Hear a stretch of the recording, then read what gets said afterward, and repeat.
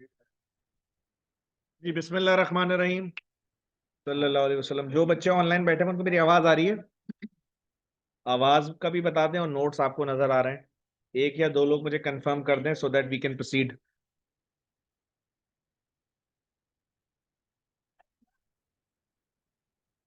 ठीक है जी।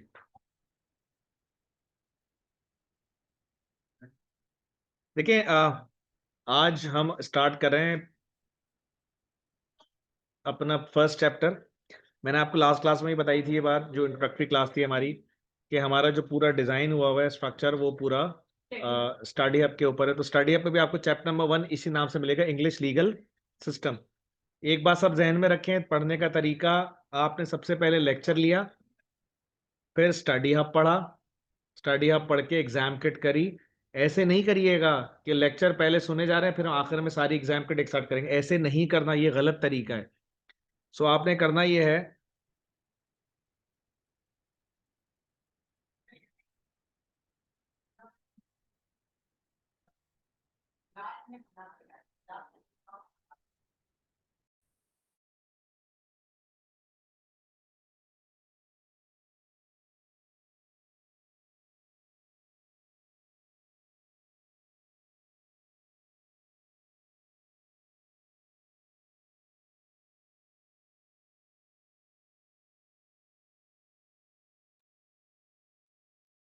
ये गलत तरीका है कि आप लेक्चर सुने जा रहे हैं और सारे लेक्चर आपने सुन लिए फिर एग्जाम किट करने बैठेंगे। ऐसे नहीं करना, साथ साथ सारी किट करें। सो सबसे पहले लेक्चर सुना, उसके बाद हम क्लास में प्रैक्टिस करेंगे क्वेश्चंस की। आपने वो सारे अटेंड करी, लेक्चर फिर क्लास प्रैक्टिस, क्लास के अंदर जो होगी जो मैं कराऊंगा। उसके बाद घर जाके आपने स्टडी अप पढ़ना है, जो कि इंशाल्लाह 95% आपका पढ़ा हुआ होगा। वो जल्दी जल्दी क्विक उसको आप रीकैप कर लें, ठीक है। उसके बाद आप कैपलन किट करेंगे, ठीक है। स्टडी हब के अपने जो क्वेश्चंस हैं वो करेंगे, बीपीपी के किट करेंगे। चैप्टर नंबर 1 रेडी हो गया। जब चैप्टर नंबर रेडी हो जाएगा फिर चैप्टर नंबर 2, फिर चैप्टर नंबर 3। ऐसे नहीं करना इकट्ठा सारा पढ़ लिया, इकट्ठा लेक्चर इकट्ठा, ऐसे नहीं करना।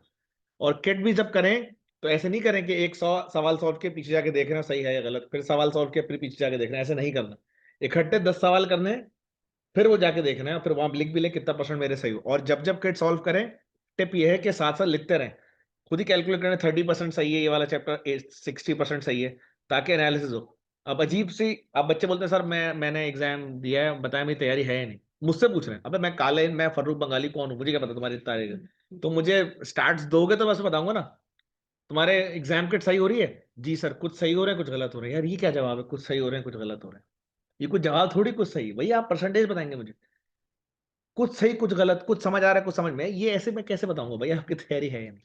परसेंटेज कैलकुलेट करें, mean make the data meaningful. बहरहाल साथ साथ फिर मैं बताता भी रहूंगा आपको। सबसे पहले हमारे पास है इंग्लिश लीगल सिस्टम। आज है chapter number 1, English legal system.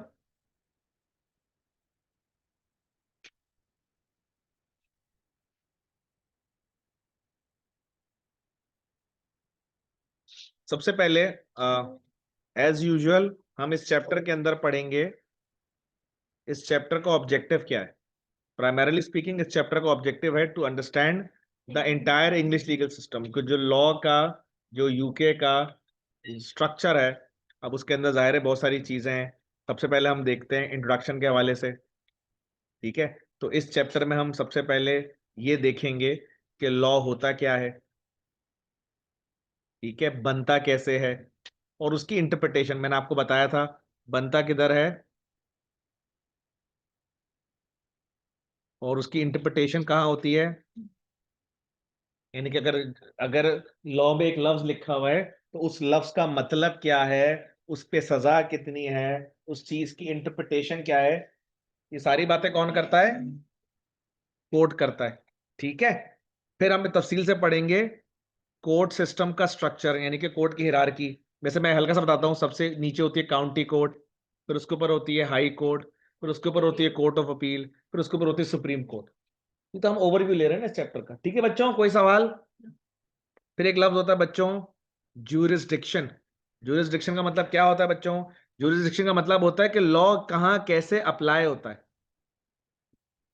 ठीक है जी। मैं आपको छोटी सी मिसाल दूं, ये पाकिस्तान है, ये पाकिस्तान के 4-5 सूबे हैं, इसके ऊपर ये लॉ अप्लाई। अब यूके का ये जो अप्लाई होता है ना, ये जो होता है वो इंग्लैंड और वेल्स दोनों में अप्लाई होता है।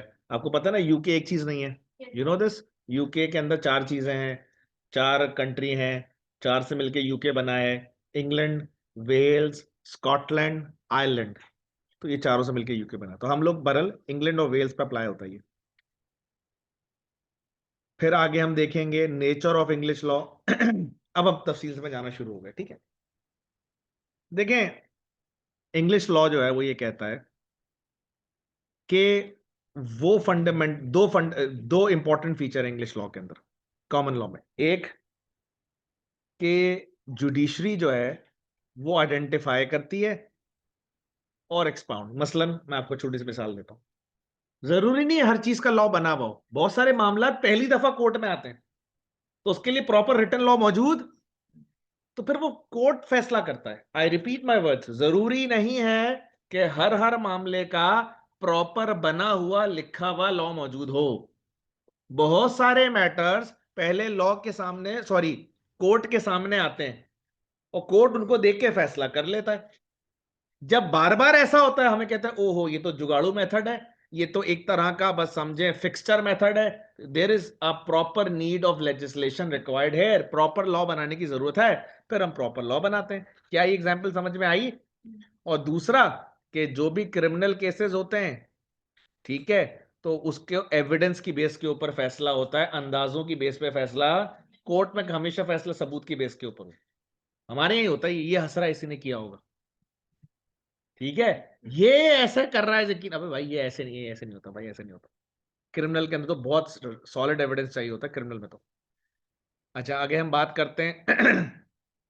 अगर हम यूके के कॉन्स्टिट्यूशन, जिसको उर्दू में कहते हैं बच्चों आइन, की हम बात करें, तो आपको पता होना चाहिए कि यूके का जो है वो कॉन्स्टिट्यूशनल मोनार्की यानी कि बादशाहत है वहां पे। एक्चुअली वहां पे जमहूरियत प्लस बादशाहत का एक मिक्सचर है, ठीक है। कॉन्स्टिट्यूशनल मोनार्की किसके पास है इस वक्त? बादशाहत किसके पास है? किंग्स चार्ल्स 3 के पास है। और उनसे एक्सपेक्ट हम ये करते हैं ही रिमेन्स अपोलिटिकल। अपोलिटिकल का मतलब होता है गैर सियासी, यानी कि what law aspects from Kings Charles 3 is कि आप सियासी मामलात में इन्वॉल्व नहीं होंगे, और बादशाह जो होगा वो गवर्नेंस रूल और उसको पढ़ेगा, सियासी मामले में इन्वॉल्व नहीं होगा। समझ में आ रही कि नहीं आ रही बात? जी बेटे। पॉलिटिकल, जैसे किसी कोई ऐसा बयान नहीं देंगे जो किसी एक पॉलिटिकल पार्टी को सपोर्ट करता हो, दूसरे को निगेट करता हो। कोई ऐसा स्टेप नहीं लेंगे, कोई ऐसा डिसीजन नहीं लेंगे विच सपोर्ट्स और क्या कहेंगे, अपोजेस अ पॉलिटिकल पार्टी और अ पॉलिटिकल ओपिनियन। ठीक है, मिसाल के तौर पे मैं एक मिसाल देता हूं। एक एक जगह झगड़ा हुआ और कुछ लोगों की जख्मी हो गए, तो उनको लगा यहाँ पे लेजिस्लेशन होनी चाहिए, यहाँ तो प्रॉपर कानून ही नहीं है, तो वो इन्वॉल्व होकर उन्होंने कानून बनाने में अपना रोल प्ले किया। लेकिन बस वो ये कानून बनाए, ये ना बोले फला पार्टी के लोग बहुत बदतमीज हैं जिस वजह से हमें ये लॉ बनाना। ये आप सियासी बात क्यों कर रहे हैं? क्या मेरी बात समझ में आ रही है?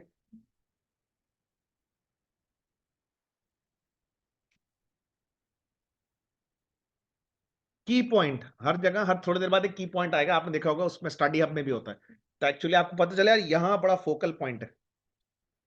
लॉ ये कहता है बच्चों, डॉक्ट्राइन ऑफ पार्लियामेंट्री सोवेरेनिटी। क्या मतलब है? पहले तो अब ये समझ लें डॉक्ट्राइन का मतलब। डॉक्ट्राइन कहते हैं किसी ऐसे ओपिनियन को जो वाइडली स्प्रेड एंड एक्सेप्टेड है, ऐसी बात जिस पे तमाम लोग मुत्तफिक हैं, अब उस पे कोई बहस की जरूरत नहीं है, ये बात तो तय है कि ऐसा होगा। ठीक है भाई, तो बहुत सारे डॉक्ट्राइन है, तो इसमें से एक डॉक्ट्राइन है डॉक्ट्राइन ऑफ पार्लियामेंट्री सोवेरेनिटी। पार्लियामेंट्री सोवेरेनिटी का मतलब यह है कि वहां पे यूके में तमाम लोग इस बात पे मुत्तफिक, अग्री, कंसेंसस, इत्तेफाक राय है कि पार्लियामेंट सबसे ऊपर है। Parliament can make any law in any way. सबसे बड़ा सोर्स ऑफ लॉ क्या है? अल्टीमेट मतलब पार्लियामेंट। समझ में आ रही बात? अल्टीमेट सोर्स ऑफ लॉ क्या है? पार्लियामेंट है। किसी का कोई सवाल? पार्लियामेंट से ऊपर कोई नहीं है, पार्लियामेंट से नीचे जरूर लोग होंगे, पार्लियामेंट से ऊपर कोई नहीं है। लॉ बनाने के हवाले से बात हो रही है। जाऊं आगे? बेटा सबको नोट्स मिल गए? पीछे जो बच्चे बैठे हुए हैं कोई जरा ना,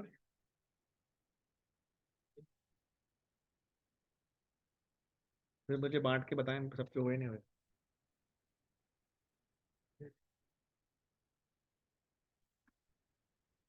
हैं बहुत हैं, दे दें।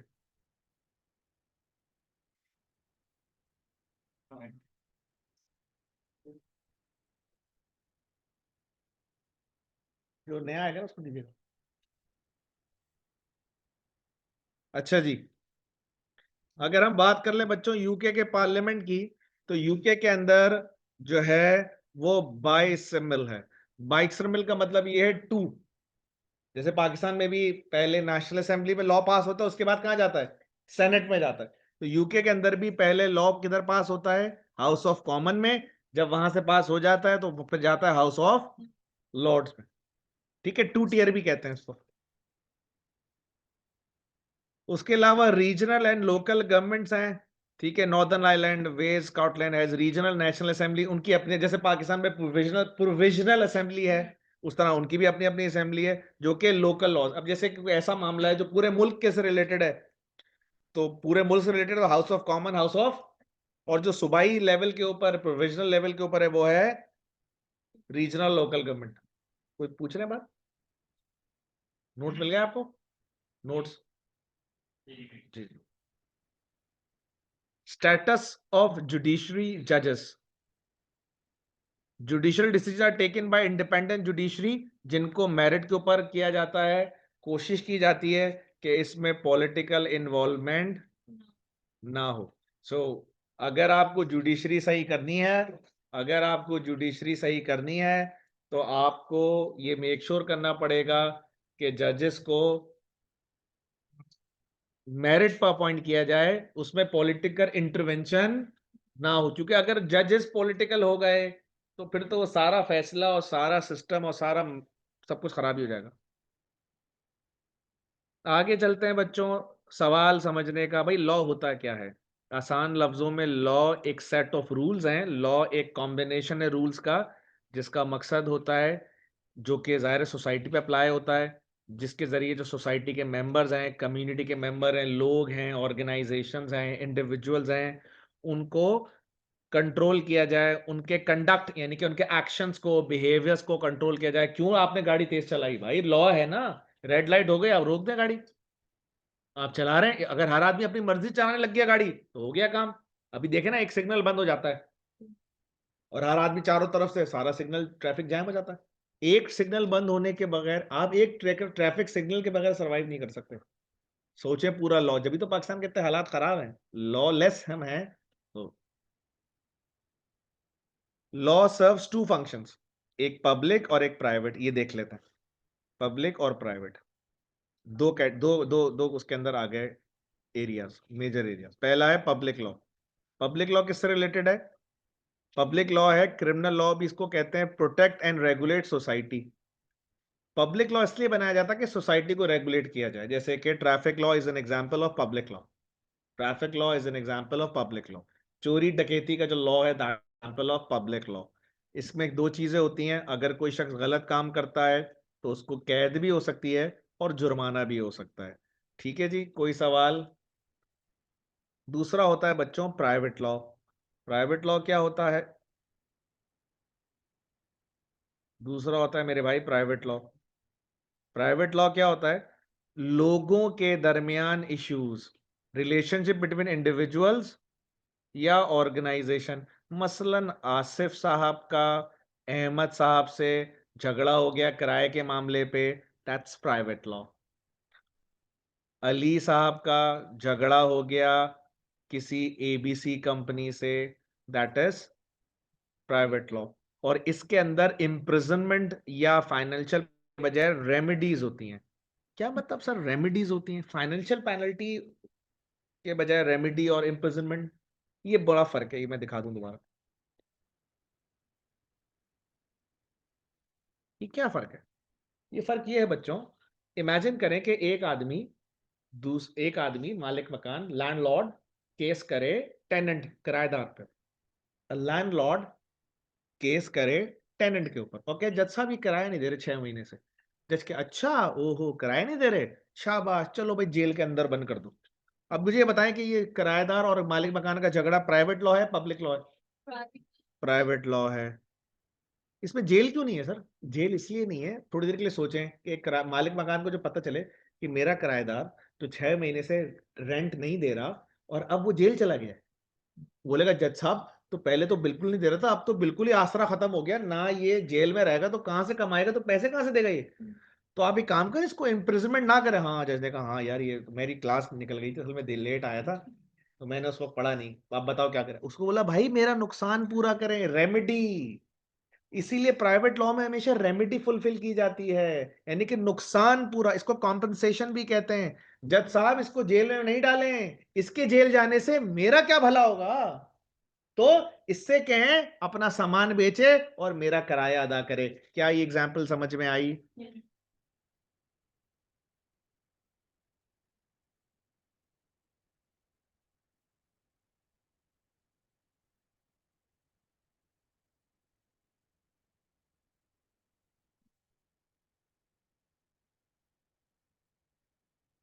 जरिया, अब आपका सवाल समझ में नहीं आया, आप कौन सी बात को अगेन कह रहे हैं?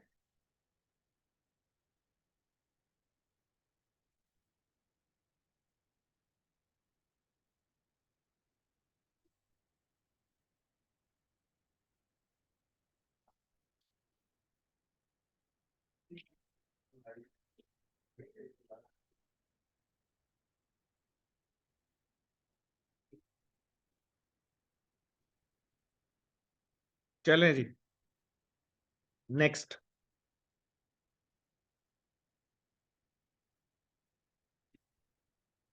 नेक्स्ट हमारे पास टॉपिक है branches of common English law. एक होता है क्रिमिनल लॉ बच्चों, नाम बता रहा हूं, पहले पे समझाता हूं। एक होता है सिविल लॉ।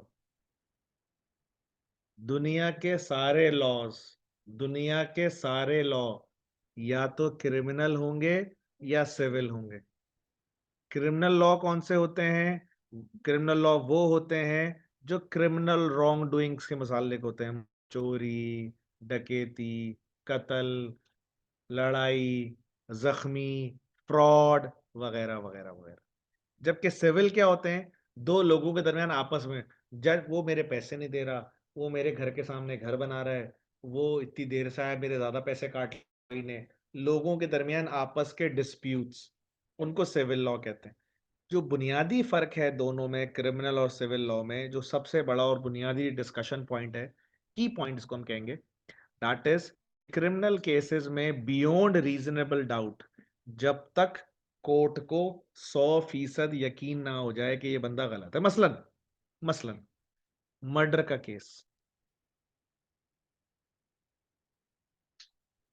मर्डर के केस में जज चांसेस पे नहीं चलता, ये ज्यादा लग रहा है। लग रहा है क्या मतलब भाई? 100% यकीन जब जज को आता है तब जज फैसला सुनाता है। So in a criminal law case the court decides और establishes any decision till they found it crystal clear.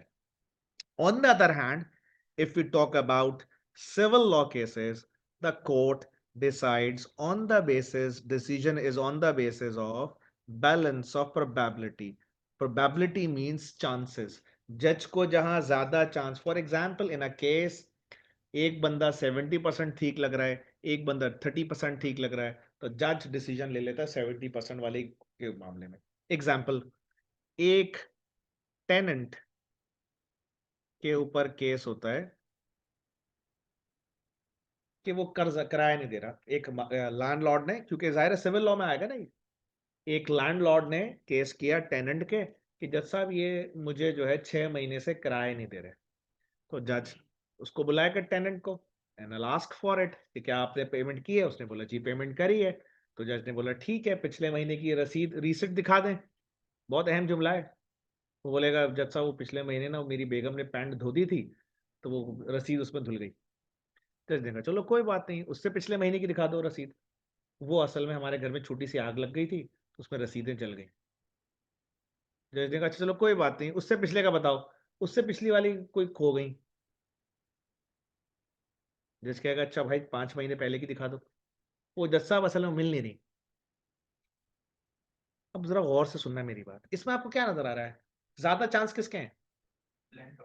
कि लैंडलॉर्ड ठीक है, टेनेंट, लेकिन ज्यादा चांस है, 100% चांस नहीं, क्योंकि हो सकता है वाकई में सब आग लगी हो, पेंट धुली हो, रसीद खोई हो। नहीं, पॉसिबल नहीं है क्या? पॉसिबल तो है ना यार, बहुत सारी चीजें आप वीडियो देखते हैं फेसबुक पे, बड़ी अनयूजुअल सी चीजें होती हैं, बट आपको पता चले। अब जैसे मैंने अभी थोड़ी देर पहले वीडियो बनाई थी, अभी मैं वीडियो सीरीज में चला रहा हूँ वियर्ड लॉस की, जिसमें पूरी दुनिया की, अब जैसे च्युइंगम जो है वो मलेशिया में बैन है। अब नॉर्म तो ये नहीं कहता ना, अब एक बंदा मलेशिया में च्युइंगम निकालेगा, आपके ओ अस्तगफुरुल्लाह, अभी भी अस्तगफुरुल्लाह अस्तगफुर, आप कहेंगे क्या हो गया भाई, च्युइंगम तो खा रहा हूं, क्या हो गया? कह रहा है भाईजान जुर्म है यहाँ मलेशिया में। क्या मतलब जुर्म है? भाई मलेशिया में च्युइंगम खाना बैन है, जुर्माना हो जाता है। आप, लेकिन बहरहाल देयर इज अ चांस। सो हम ये कहेंगे कि भाई वो चोरी हो गई, गीले हो गए कपड़े, और वो रसीद खराब हो गई, खो गई, ये सब पॉसिबल तो है, but chances are very low. 5% chance मुझे लगता है कि ऐसा ही कुछ होगा, बाकी 95% चांस तो यही है कि लैंडलॉर्ड ठीक कह रहा है। तो लोग कहता है ठीक है भाई, हम लैंडलॉर्ड के फेवर में डिसीजन देते हैं। This is called balance of probability. ये किस चीज पे एस्टेब्लिश होता है? जो अदालत के सामने एविडेंस प्रेजेंट होते हैं। अगर वो रसीदें रख देता तो मसला हल हो जाता, लेकिन जज को तो ये नजर आ रहा है भाई ये गड़बड़ है। किसी का कोई question? So in criminal law the court decides till it is crystal clear, beyond reasonable doubt. जब तक जरा सा भी रीजनेबल डाउट है, जब तक वो क्रॉस ना हो जाए, खत्म हो जाए, कोर्ट फैसला नहीं करता। और सिविल में जहां ज्यादा चांस नजर आ रहा है, देयर वी गो। कोई सवाल? की पॉइंट यहां पे क्या है? सिविल केसेस में, सिविल केसेस में जो बर्डन ऑफ प्रूफ मतलब responsibility to bring proof is on the claimant. Claimant कहते हैं जो केस करता है।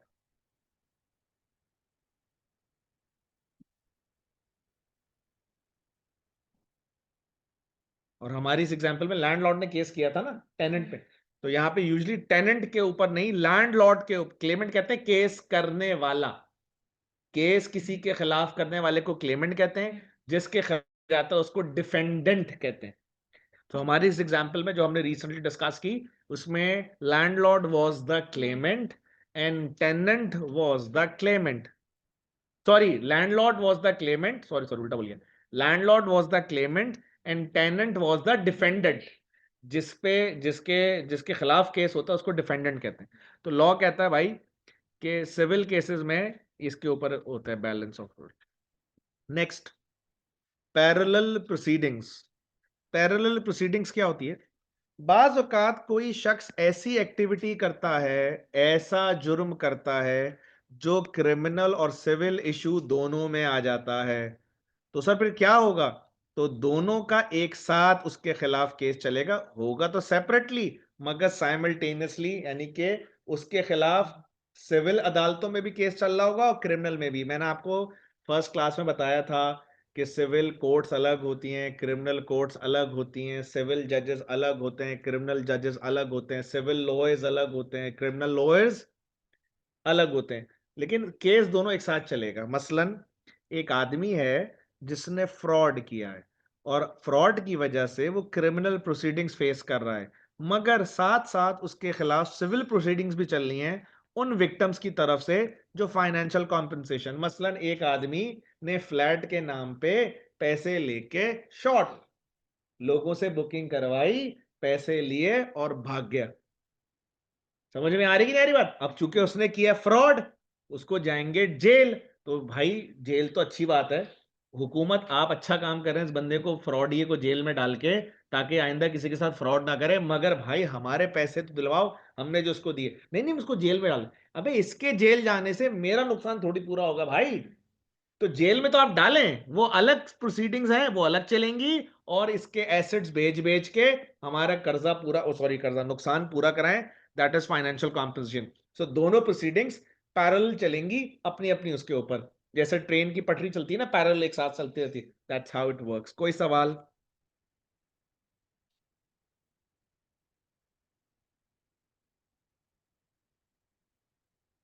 मैंने आपको कल की क्लास में ये भी बताया था कि हम टाइप्स ऑफ जजेस पढ़ेंगे, जुडिशरी अपॉइंटमेंट्स को हम डिस्कस करेंगे। तो सबसे पहले क्या होता है, सबसे पहले बनता है कोई शख्स डिस्ट्रिक्ट जज। ये सबसे लोएस्ट लेवल कोर्ट में बैठता है, ठीक है। 7 साल का एक्सपीरियंस एज एन एडवोकेट होना चाहिए इसके पास, ताकि ये एज अ जज अपॉइंट हो। 7 साल एडवोकेट, यानी कि पहले वकील होता है 7 साल, एक एडवोकेट लेवल के ऊपर, बड़े लेवल के वकील को एडवोकेट कहते हैं। तो 7 साल पहले ये वकील रहा, उसके बाद ये अपॉइंट हो गया एज अ डिस्ट्रिक्ट जज। तो डायरेक्ट जज किसी को नहीं बनाते, पहले वकील होता है। उसके बाद सर्किट जज। ये सर्किट जज कौन होता है? ये नेक्स्ट लेवल है डिस्ट्रिक्ट जज का। Minimum qualification for appointment as a circuit जज is 10 years advocacy practice together with experience as a district जज। जिसने 10 साल एडवोकेसी और डिस्ट्रिक्ट जज के तौर पे काम किया होगा, वो फिर सर्किट जज बनता है। कोई सवाल? तो उसका 7 साल हो गया ना इनिशियल, तो 3 साल वहां लगाए होंगे, तो 7 3 10 मिला के ऐसे कहानी बन के आगे बढ़ गई। समझ आई कहानी? फिर आप तरक्की करते हैं, फिर आप हायर कोर्ट जज बनते हैं। उसकी एक्सपीरियंस रिक्वायरमेंट ये है कि आपका हाई कोर्ट आपने एज अ सर्किट जज सर्व किया और 2 years। ये मिनिमम है, जरूरी नहीं है कि अपॉइंट 2 साल के बाद ऊपर आप बनेंगे। जरूरी नहीं है सर्किट जज के 2 साल बाद आप हाई कोर्ट जज, परफॉर्मेंस भी है। ये तो मिनिमम क्राइटेरिया, मिनिमम रिक्वायरमेंट है। समझ में आ रही बात? कि दो तो है, अब 10 10 साल भी लग सकते हैं आपको। फिर जरूरत ही नहीं है हाई कोर्ट जज की, जो मौजूदा है वही काफी है, तो आप बैठे रहे वहां पे आराम से चुप करके। ये सब मिनिमम रिक्वायरमेंट्स हम पढ़े हैं।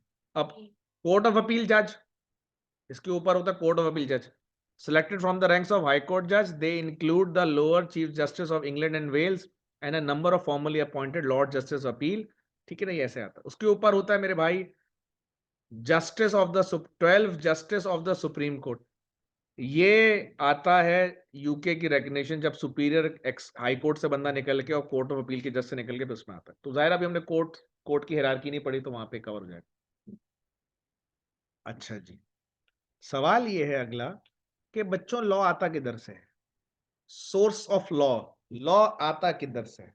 ये बात थोड़ी देर पहले मैंने आपको बताई थी, दोबारा बता रहा हूं कि आमतौर पे लॉ की पहली सोर्स है बच्चों केस लॉ। केस लॉ क्या है? Judicial decisions. एक जज के सामने एक केस आता है, तो जज पिछले केसेस और मौजूदा हालात देख के फैसला कर देता है। That's what we call case laws. दूसरा स्टैट्यूट। स्टैट्यूट क्या है? लॉ जो पार्लियामेंट से बन के आता है उसको हम क्या कहते हैं? स्टैट्यूट। अब जरा तफसील से पढ़ लेते हैं। ये जो 2 पॉइंट्स है ना, केस लॉ, इसको तफसील से पढ़ते हैं। सबसे पहले हम पढ़ते हैं केस लॉ। होगा ये कि आमतौर पे शुरू में तो जज क्या करेगा, जो पिछले जजों ने किया, या आम तौर पे क्या होता है, जज के सामने कोई केस आता है तो जज वो देखता है पहले वालों ने क्या किया, या जिस कोर्ट से वो आया है उसने क्या कहा, आम तौर पे उसी को आगे कर देता है, क्योंकि बहुत कम चांस होता है जज चेंज करे। ठीक है, इसको कहते हैं doctrine of president. I repeat my words. एक देखिए, ये लफ्ज दोबारा आ गया, doctrine. Doctrine it's something, an understanding which is widely accepted. कोई ऐसी अंडरस्टैंडिंग, कोई ऐसी बात, कोई ऐसी अग्रीमेंट जिसपे सब मुत्तफिक कंसेंसस हो चुका हो। तो लॉ आमतौर पे कहता है भाई कि जो पिछले केसेस में हुआ हम उसी को फॉलो करेंगे, और होता भी यही है। कोर्ट्स के अंदर लॉयर्स क्या करते हैं, कमाल लॉयर का ये है कि जब वो किसी केस को डिफेंड करे तो तलाश करके लाए कि कौन से केस में क्या हुआ था, फिर जो है ना अकॉर्डिंगली वो प्रेजेंट कर। तो जितने ज्यादा आपके पास डेटा होगा, अब मैं इसको आसान एक और मिसाल समझाऊं। आप अब्बू के पास गए, आपने अब्बू से बोला अब्बू मुझे पिकनिक पे जाना है, अब्बू ने बोला नो। समझ में आई बात? तो आपने बोला भाई को भी तो भेजा था आपने पिछले हफ्ते। ये एक ह्यूमन साइकी है। इंसान अपने मतलब का डिसीजन लाने के लिए डिसीजन मेकर को किसी और डिसीजन का रेफरेंस देता है। क्या मेरी बात समझ में आ रही है? तो आपने अब्बू को कहा, आपने भाई को तो भेजा था। तो ये ह्यूमन, ये सब करते हैं ऐसे। तो जज भी ऐसे ही, वकील भी ऐसे ही करते हैं। जज के सामने बोलते हैं जज साहब इसको छोड़ दें, इसलिए ऐसे ही 4 केसेस में जज ने मुलजिम को छोड़ दिया था। केस ये, केस ये, केस ये, केस ये। This makes the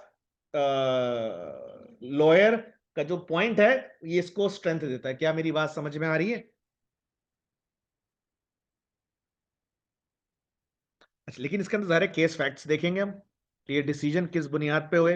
her case को हर केस से मैच नहीं किया जाएगा भाई। जज साहब फला के, मिसाल के तौर पर एक आदमी पे केस चल रहा है, उसने बंदे को धक्का दिया और वो गिर गया, जख्मी हो गया। एक बंदे ने पुश किया दूसरे बंदे को, वो गिरा, जख्मी हो गया। अब आप एक और केस ले आए, देखिए जज साहब इसने भी इसको पुश किया था, लेकिन जज ने कंफ्यूजन कह के छोड़ दिया। अच्छा, ये कौन सा बंदा लाया? जो उस जिस पे इल्जाम है उसका वकील। जो बेचारा जख्मी हुआ है उसका भी तो वकील होगा। वो एक और केस लाया, देखें जज साहब 2008 में केस हुआ था। एक बंदे ने दूसरे बंदे को धक्का दिया, उसको सजाए मौत हो गई। जज ने कहा एक सेकंड, धक्का देने पे सजाए मौत, लीगल रीजनिंग दिखाओ इसकी क्या है। ओहो, ओ भाईजान वो धक्का दिया था 6ठे फ्लोर से। तो 6ठे फ्लोर पे से जब बंदा गिरेगा तो बचेगा थोड़ी। आप जो बात कर रहे हैं वो ग्राउंड फ्लोर पे बंदा खड़ा हुआ है। ये ग्राउंड फ्लोर में क्या हुआ था? ग्राउंड फ्लोर में बंदे को धक्का दिया, बंदे ने बोला गिरा और धड़। समझ में आई बात? उधर उसमें तो बंदा बस कुछ कर भी नहीं सका, बेचारा गरीब मर गया वो। उसको तो चीखने चिल्लाने का और जख्मी होने का भी टाइम नहीं मिला। 6ठे फ्लोर से गिरेगा थोड़ी ना जख्मी में, बस। समझ में आ रही बात? कल में पढ़े। तो बोले जाते हैं कि कोर्ट में कभी भी उस तरह की सिचुएशन आती नहीं है, तो उस वक्त जज नहीं, मैं सवाल नहीं समझा आपका, दोबारा शुरू से। केस वो होता है जब जज को नई सिचुएशन देखकर जी जी जी डिसीजन करके आगे चल के वो फॉलो हो। जी जी राइट। और आपने भी क्या बोला था? मैंने बोला दोनों बातें। देखिए मैंने आपको दोबारा शुरू से कहता हूँ। जज के सामने, केस लॉ का मतलब है जज दो तरह फैसला करे। एक, जो सामने डिसीजन है उसको देखे, और जो पिछले केसेस हुए हैं ये दोनों को देखेगा। मैं आपको एक मिसाल दे देता हूँ। मिसाल के तौर पर मैं एग्जाम्पल देता हूँ आपको। अल्लाह सबकी हिफाजत करे, है तो बड़ी बुरी सी चीज, लेकिन समझाने के लिए एक मिसाल है। किसी ने तो पहली दफा किसी खातून पे एसिड थ्रो, जिसको हम कहते हैं ना तेजाब फेंकने के वाकयात, पहली दफा किसी ने फेंका होगा। तो जब पहली दफा के सामने जज के आया होगा, इससे पहले तो कभी था ही नहीं है। तो जज ने क्या किया होगा? देखें, जज ने यह किया होगा कि जो किसी को जख्मी, किसी के चेहरा जख्मी करने पे जो केसेस हुए उसी पे फैसला किया होगा ना। तो जज भी देखो बिल्कुल बेटा हवा में तो फैसला नहीं करेगा ना, कोई तो उसकी बेसिस होंगी ना। हाँ, तेजाब फेंकने का वाकया, एसिड थ्रो करने का वाकया पहले नहीं था, मगर वो वाकये या इंसिडेंट्स तो थे ना जिसमें किसी शख्स ने लकड़ी मार के या कोई पत्थर मार के किसी का चेहरा जख्मी कर दिया। तो उसको तो बेस बनाएंगे ना। तो आपकी बात भी ठीक है कि वो नई चीज होगी, मगर बिल्कुल नई तो नहीं होगी ना कहीं तो उसका कोई लिंक मिलेगा। एक आदमी ने दूसरे आदमी को कत्ल कर दिया, अब ये नए तरीके से कत्ल किया, चलो भाई तरीका नया था कत्ल करने का, पुराने तरीके तो कत्ल के होंगे ना, उनमें क्या हुआ था? क्या मेरी बात समझ में आ रही है? सो कोई ना कोई तो बेस लाइन डेवलप करनी पड़ेगी। और केस लॉ में क्या क्या होता है? केस लॉ में होता है भाई कि जुडिशियल डिसीजन बाय कोर्ट्स। हम ये देखते हैं कि भाई कोर्ट्स, बाकी कोर्ट्स ने क्या फैसला किया। चूंकि ये बहुत अहम है, आप जो भी फैसला करते हैं, ये बहुत अहम जुमला है, इट बिकम्स अ प्रेसिडेंट। जब कोई केस पहली दफा आता है, जब कोई इशू पहली दफा आता है, तो जज बहुत सोच समझ के फैसला करता है। चूंकि उसको ये अंदाजा होता है कि जो मैं फैसला आज दूंगा, कल को वो रेफर किया जाएगा दूसरी अदालतों में, and it will become a president. जब सबसे बड़ा बेटा आया था पिकनिक की मांगने के लिए इजाजत, तो समझदार बाप होगा, वो सोचेगा अगर मैंने इसको इजाजत दे दी तो फिर छोटा वाला भी आएगा, फिर उससे छोटा वाला भी आएगा, तो इसी को मना कर दो। This happens. समझ में आ रही कि नहीं आ रही बात? तो कोई भी आप काम करते हैं, ये सोचें इसके फ्यूचर इंप्लीकेशंस क्या होंगी। तो जज कोई डिसीजन लेता है, ये सोचता है कि यार ये रेफर होगा। अभी हम इंशाल्लाह ताला अगले चैप्टर से या उससे जब हम केसेस पढ़ेंगे, एक एक क्लास के अंदर 6-6 8-8 केसेस डिस्कस होंगे, तो उसमें हम नाम पढ़ेंगे, फला शख्स ने फला के खिलाफ केस किया, उसमें ऐसे ऐसे हुआ, तो इससे ये रूल बना। अब वो 100-100 साल पुराने केस भी हैं उसमें, 1840 के भी केस हैं। तो 1840 में जो जज ने फैसला किया था, उसी को फिर प्रेसिडेंट बना के लेके गए 100-100 150 10 साल पुराने केस भी हैं। जाहिर है जो नए इश्यूज आए, जो डिजिटल इश्यूज आए, ठीक है, अब देखना किसी ना किसी का पहला फ्रॉड आया होगा जिसने क्रिप्टो करेंसी में फ्रॉड किया होगा, तो जज ने कोई फैसला लेगा। जब फैसला लेगा तो हमेशा के लिए क्रिप्टो करेंसीज में होने वाले फ्रॉड में उस केस को प्रेसिडेंट बना के चलाया जाएगा, क्योंकि फिर एग्जाम्पल के तौर पे फॉलो करेंगे फ्यूचर सिमिलर केस में। Example, if a supreme court rules that a certain type of contract is valid, supreme court ने किसी कॉन्ट्रैक्ट को वैलिड कर दिया, तो आने वाले लोअर कोर्ट्स और बाकी सब उसी को फॉलो करेंगे।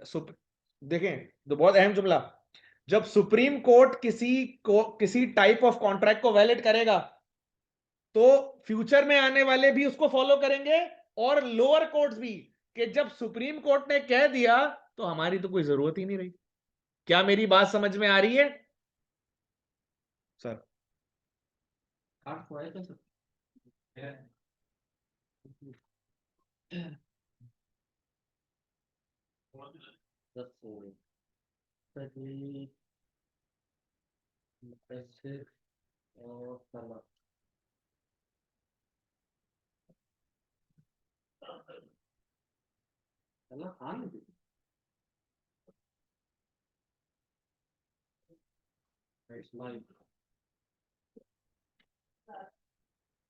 बाकी बात है सबसे अच्छा बेटा नाम सुन लेना, जब जिसका नाम आ ही रहा है तो लाजमी आज इनरोलमेंट करवा लेना, वरना नेक्स्ट क्लास से फिर हो सकता है कि निकालना शुरू करते हैं बच्चों को ना।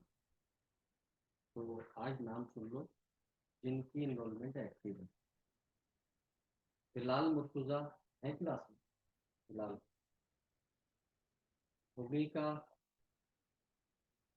गौरव, हुनैन, हसन अली, इस्माइल, अलिशबा शकील, जैनब, आंचल, हमला, मोहसिन अली, वानिया, मैसम, मरियम इमरान, अहमद रजा, तला खान, तैयब और रोहिणी। इसके अलावा किसी की इन्वॉल्वमेंट एक्टिव नहीं है। सर फहीम से लाजमी मिलकर आप इन्वॉल्वमेंट प्रैक्टिस करवाएं। जरिया, अब आपको समझ में आ गया प्रेसिडेंट?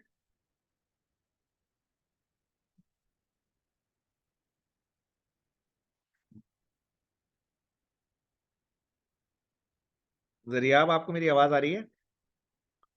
आपने पूछा था ना डॉक्ट्राइन ऑफ प्रेसिडेंट, मैंने काफी तफसील से डिस्कस कर लिया था।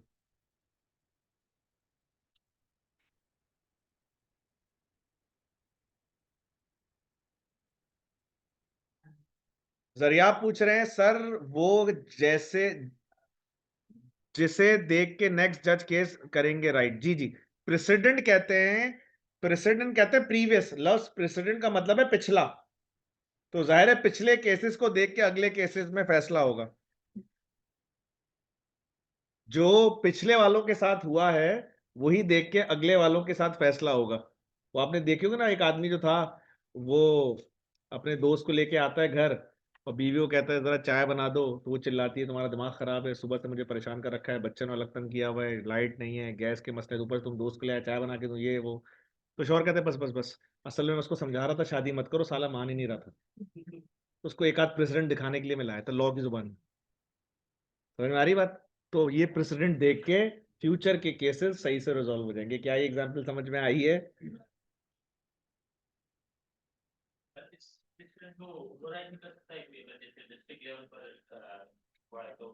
जी जी जी जी, जवाब दे रहा हूँ मैं।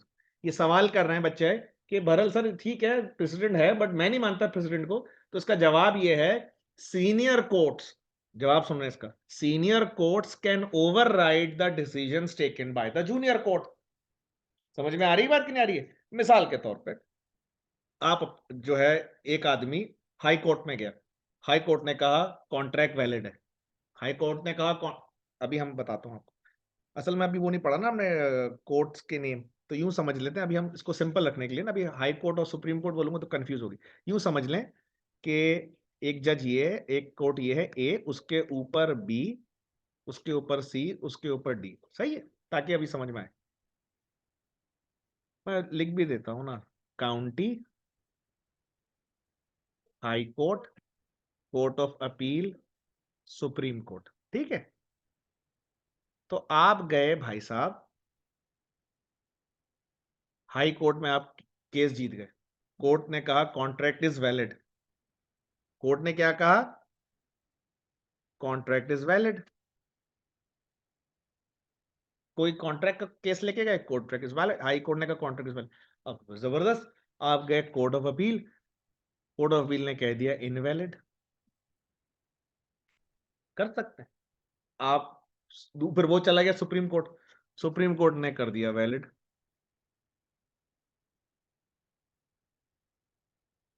बस इसके आगे नहीं जा सकते, वो चुप करके बैठ गए, क्यामत का इंतजार कर रहे हैं आप। क्यामत वाले दिन ही आपका फैसला होगा, और दुनिया में तो मामला खत्म हो गया, इतनी थी बस। किसी का कोई सवाल तो मैं आगे जाऊं। जी जी बेटे, स्टैटिट्यूड तो अभी पढ़ा नहीं ना, अभी आगे आएगा। मैंने कहा था, दोबारा बता दूं, आप कहां से पिक कर रही हैं, यहां से पिक कर रही है ना आप, यहां से मेन सोर्सेज, एक केस लॉ, अभी हम केस लॉ पे ही हैं बच्चे, फिर स्टैट्यूट तफसील से, पार्लियामेंट में लॉ, पूरा प्रोसेस हम डिस्कस करेंगे। मैं बताता हूँ, स्टैट्यूट का मतलब होता है कि पार्लियामेंट में बैठ के तफसीली तौर पे लॉ बने। मैं हल्का सा आपको मिसाल देता हूँ, पहला केस, पहला फैसला, अल्लाह सबकी हिफाजत करे, सब बच्चियों की, पहला केस आया कि एक आदमी ने किसी के चेहरे पे तेजाब फेंक दिया, जज ने केस लॉ की बेस पे फैसला कर दिया, दूसरे में भी कर दिया, तीसरे, जब ये बहुत बढ़ा तो हमने कहा नहीं नहीं यार, ये ऐसे केस लॉ पे फैसले नहीं होंगे, we need to go for a proper legislation, तो फिर हम we go for statute which is parliamentary procedure, जिसमें एक लॉ प्रॉपरली पास होता है। तो अभी हम उस पर जा नहीं रहे ना, अभी आहिस्ता आहिस्ता जाएंगे, थोड़ी देर बाद जाएंगे, ठीक है, सही है ना? अच्छा जी, कॉमन लॉ आता कहां से? कॉमन लॉ जो एक लीगल सिस्टम है, वो बेस करता है कस्टम और ट्रेडिशंस पे। मसलन एक बिजनेस लॉ, आपको मैं एग्जांपल दे देता हूं मैं आपको, पहली दफा दुनिया में कोई तो स्टेट एजेंट रोता हुआ गया होगा अदालत में कि ये किराएदार मेरा कमीशन नहीं दे रहा। आमतौर पे क्या होता है, स्टेट एजेंट जो होता है वो टेनेंट यानी कि किराएदार को घर दिलवाता है और किराएदार से कमीशन लेता है, हाँ या ना? तो पहली दफा तो कोई फड्डा हुआ होगा दुनिया में, पहली दफा तो अदालत में कोई गया होगा, तो जज कैसे फैसला करेगा? जज पूछेगा ये बताओ मार्केट में कस्टम और ट्रेडिशन क्या है, तो जज को पता चला कस्टम और पाकिस्तान में क्या ट्रेडिशन है, 1 मंथ रेंट के बराबर कमीशन मिलता है स्टेट एजेंट को फ्रॉम टेनेंट। जज कहेगा हमने ट्रेडिशन की बेस पे फैसला कर दिया। क्या ये बात समझ में आई? नहीं समझ में आई बच्चे? छोड़ इसको छोड़ दें, इसको छोड़ दें, मेरी बात सुने, आप एक टेनेंट हैं and you are looking for an apartment, you go to state agent and ask for the apartment, उन्होंने ढूंढ के दिया, अब उनकी सर्विस के बदले आप कोई कमीशन देंगी, ठीक है, and you refuse to pay him, आपने कहा ये 5,000 रुपए लो, शाबाश, उसने बोला नहीं मैडम 5,000 तो बहुत कम है, क्या बात कर रही हैं आप, नहीं नहीं नहीं ये 5,000 सही है, उसने कर दिया आप पे केस, सो स्टेट एजेंट वर्सेस टेनेंट, ठीक है बेटा, स्टेट एजेंट क्या बन गया, क्लेमेंट, आप क्या बन गई, डिफेंडेंट। जज ने कहा हाँ जी बेटा आपके पैसों की बात नहीं हुई थी, उसने कहा नहीं, जो आप दे दें, उस वक्त तो बड़ा तमीजदार बनना था, मैडम बाजी जो आप करते हैं आप जो हो जाए, अरे इसमें पैसों की क्या बात है, इंसानियत होनी चाहिए, शुरू में ऐसी होती है बातें, अरे पैसों की क्या बात है, असल चीज इंसान का अखलाक है और ये है वो, उसके बाद पैसों की बात होती है। तो इसलिए अकलमंदी है कि पैसे पहले से तय कर लें, समझ में आ रही है बात? तो बहरहाल झगड़ा हो गया आपको, तो जज ने कहा आप दोनों ने बेटा आपस में डिसाइड नहीं किया था, आपने कहा नहीं डिसाइड किया था। जज कहेगा ठीक है, प्रॉपर लेजिस्लेशन भी नहीं हुई हमारे पास कोई, क्योंकि केस ही पहली दफा आया दुनिया में। तो हमने कहा भाई कस्टम क्या है, तो हमें मालूम क्या, अदालत ने फिर बहुत सारे स्टेट एजेंट से मिला, लोगों से मिले, उन अदालत में गवाहियां हुई, बहुत कुछ हुआ, तो जज ने ये डेवलप किया कि भाई मार्केट के अंदर ये कस्टम ट्रेडिशन है कि 1 महीने का कमीशन। तो अदालत आपको हुक्म देगी टेनेंट को कि आप 1 महीने का कमीशन दे दें। अब वो 5,000 से ऊपर बनता है, जितना ही बनता है वो दे दें। क्या ये एग्जाम्पल समझ में आई? तो मैं आगे जाऊं? ठीक है जी। तो ये वहां हो रहा है बेटा जहां कोई स्पेसिफिक लेजिस्लेशन मौजूद, जहां कोई रिटर्न लॉ मौजूद, तो कोर्ट रिलाय करता है पास जजमेंट के ऊपर। या तो पिछले केस को ऐसा आया हो उसको देख लेता है, या फिर वो देख लेता है ट्रेडिशन क्या है। लेकिन कॉमन लॉ में बहरहाल फ्लॉ है, ये चल अंदाजों पे रहा है, कोई प्रॉपर लेजिस्लेशन मौजूद, तो हम कहते हैं फिर इक्विटी लॉ एक्टिव हो जाता है। इक्विटी लॉ क्या कहता है? इक्विटी लॉ कहता है फेयरनेस एंड जस्टिस। मसलन वो कहता है नहीं जज साहब मुझे तो 1 महीने का कमीशन नहीं चाहिए। जज ने कहा क्यों भाई, तुम इतने बड़े खूबसूरत, तुम्हें 1 महीने का कमीशन क्यों नहीं चाहिए? तो उसने कहा जज साहब आपको पता है, क- आपको पता है कि ये कस्टम तो यही है कि 1 महीने का कमीशन मिलता है, मगर ये पिछले 6 महीने से मैं इनको घर दिखा रहा हूं, और मैं तकरीबन 150 घर इनको दिखा चुका हूं। कहीं कहते हैं हवा नहीं आ रही, कहीं कहते हैं पानी नहीं आ रहा, कहीं कहते हैं कलर अच्छा नहीं है, कहीं कहते हैं कुछ एतराज करती रहती हैं। भाई मैं समझाने के लिए मिसाल दे रहा हूँ, ये एतराज पे एतराज, ये ऐसा है, ये ऐसा है, ये ऐसा है, ये ऐसा है, इस पर ये मसला। जज साहब 150 घर दिखाए मैंने, 1 महीने का कमीशन। तो जज ने कहा अच्छा, ये वहां होता है जहां कॉमन लॉ, जहां कॉमन लॉ शायद फेयर ना हो। तो फिर लोग कहाँ जाते हैं? एक सेपरेट सिस्टम है जो कि कॉमन लॉ को जब देखता है कॉमन लॉ बहुत रिजिड है या टेक्निकल है, तो वो अपील करते हैं किंग्स चांसलर पे, और कहते हैं कि भाई जो डिसीजन पीछे दिए गए they are not fair, they are just technical rules. भाई 1 महीने का कमीशन इसको दे, 1 महीने टेक्निकल बात है, उसकी डेप्थ में तो जाओ। अब होता ये कि इत्तेफाक से एक स्टेट एजेंट ने किसी को घर दिखाया, पहला ही घर पसंद आ गया, उसको भी 1 महीना कमीशन मिल रहा है। एक ने 150 घर दिखा दिए, 150, उसको भी 1 महीना। तो कहीं ना कहीं इसमें फ्लॉ तो है ना? मेरी बात समझ में आ रही है? इस ये यार ये है थोड़ा सा अजीब सा। अब बोले नसीब, नसीब तो है लेकिन थोड़ा सा ये तो गड़बड़ है। तो फिर अदालत कहती है नहीं, फिर कोर्ट ऑफ जो ना कोर्ट इक्विटी पे फेस करेगा। इक्विटी पे मतलब देखेगा चूंकि 150 दफा किया है, तो बराबरी और इंसाफ ये है कि फिर मेहनत का सिला भी, तो जज फिर हो सकता है केस चेंज कर ले, आप 2 महीने का कमीशन दे दें क्योंकि इसने मेहनत बहुत ज्यादा की है। लेकिन अभी भी क्लैरिटी नहीं है, अभी भी सब कुछ जो चल रहा है ना वो सिचुएशन के हिसाब से चल रहा है, जो जज के दिमाग में घुस रही है बात, फिट हो रही है, उसी पे चल रहा है मामला। अभी तक प्रॉपर लेजिस्लेशन हमारे पास है, तो हम आहिस्ता आहिस्ता स्टैट्यूट की तरफ जा रहे हैं। जो आप पूछ रही थी ना बच्चे, स्टैट्यूट, हम इवेंचुअली उधर ही जा रहे हैं। सो बहरहाल समरी ये है बच्चों कि पहले केस लॉ, जो कोर्ट डिसीजन थे उनको देखा जाता है, और पास्ट जजमेंट्स को देखा जा रहा है, ट्रेडिशंस को देखा जाता है, और अगर टेक्निकल डिफिकल्टीज यहां आ रही होती हैं तो फेयरनेस और जस्टिस पे देखा जाता है। फिर हम कहते हैं यार ये बहुत दफा केस आ रहा है, बहुत सारे। सो इक्विटी कॉमन लॉ क्या होता है? इक्विटी रेमेडीज और देने में जब नाकाम हो जाती है तो फिर कॉम्पनसेशन हम उसको ऐसे करते हैं। अच्छा, ये कुछ फैक्टर ये हैं, इंजंक्शन, रिसेशन, ये हम आगे जाके तफसील से पढ़ेंगे, इसको छोड़ दें, इसी चैप्टर में पढ़ें, आगे से मतलब तो और आगे नहीं, इसी चैप्टर में, तो अभी इसको आप छोड़ दें, ठीक है ना? आगे जाते हैं। बहरहाल की पॉइंट यहां पे ये है कि civil court will be aware of both common law and equitable consideration, यानी कि अदालत जब भी फैसला करेगी तो कॉमन लॉ को भी देखेगी और इक्विटी लॉ को भी देखेगी, और फिर फैसला करेगी। अगर कॉन्फ्लिक्ट आएगा तो इक्विटेबल चलेगा, ये बहुत अहम जुमला है। अगर कहीं कॉमन लॉ और इक्विटी लॉ टकरा रहा होगा तो जज इक्विटी लॉ पे फैसला कर देगा, क्योंकि कॉमन लॉ तो कहता है 1 महीने का कमीशन, लेकिन जज क्या, जज साहब ये देखे ना इंसाफी है, ये 1 महीने का कमीशन उसको भी मिल रहा है जिसने एक घर दिखाया, मैं 150 घर दिखा के बैठा हूं, तो जज कहेगा जब भी कॉमन लॉ और इक्विटी लॉ आपस में टकराएंगे, equity law will prevail. whenever common law and equity law collides, टकराएंगे, इक्विटी लॉ विल प्रिवेल। समझ में आ रही है जी भाई?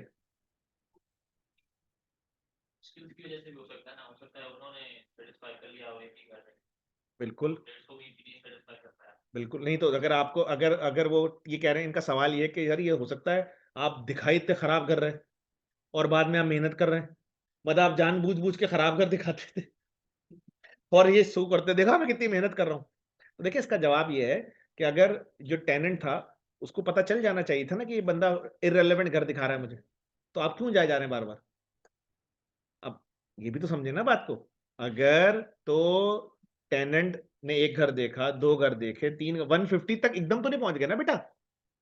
150 के बीच में 5 भी आया होगा, 10 भी आया होगा, 15 भी आ गया, तो ही शुड हैव रियलाइज्ड कि वो घर सही। लेकिन जब आप एक ही चीज बार बार कर रहे हैं तो आप उसको एक्शन के जरिए अग्री दे रहे हैं ना, अग्रीमेंट दे रहे हैं। मेरा बात समझ रहे हैं मैं क्या कह रहा हूं? जब 150 घर देखे आपने, किसने? टेनेंट ने। इसका मतलब है ये every time he looks for the new house, इसका मतलब है वो प्रीवियस सिचुएशन से सेटिस्फाई। भाई आपने मुझसे पहला सवाल किया, मैंने जवाब दिया, दूसरा सवाल किया, जवाब दिया, तीसरा सवाल, चौथा सवाल पता है क्या बता रहा है? कि आप पिछले 3 सवालों से सेटिस्फाई हैं। That's why you asking for the fourth question. 3 समझ में नहीं आता, आप कहते हैं पता नहीं कौन है, अजीब आदमी है ये, मैं बात ही नहीं पूछ रहा इनसे। समझ में आ रही बात?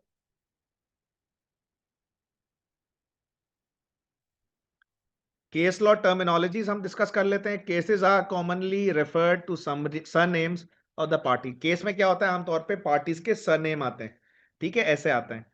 जैसे सबसे पहले नेम आता है क्लेमेंट, या प्लेंटिफ भी कहते हैं, क्लेमेंट केस करने वाला, ठीक है। अब जैसे ये लिखा हुआ है ना, डोंग वर्सेस स्टीवेंसन, इसका मतलब क्या है? ये क्लेमेंट है, डिफेंडेंट है, तो इस बंदे ने इस पे केस किया, ठीक है।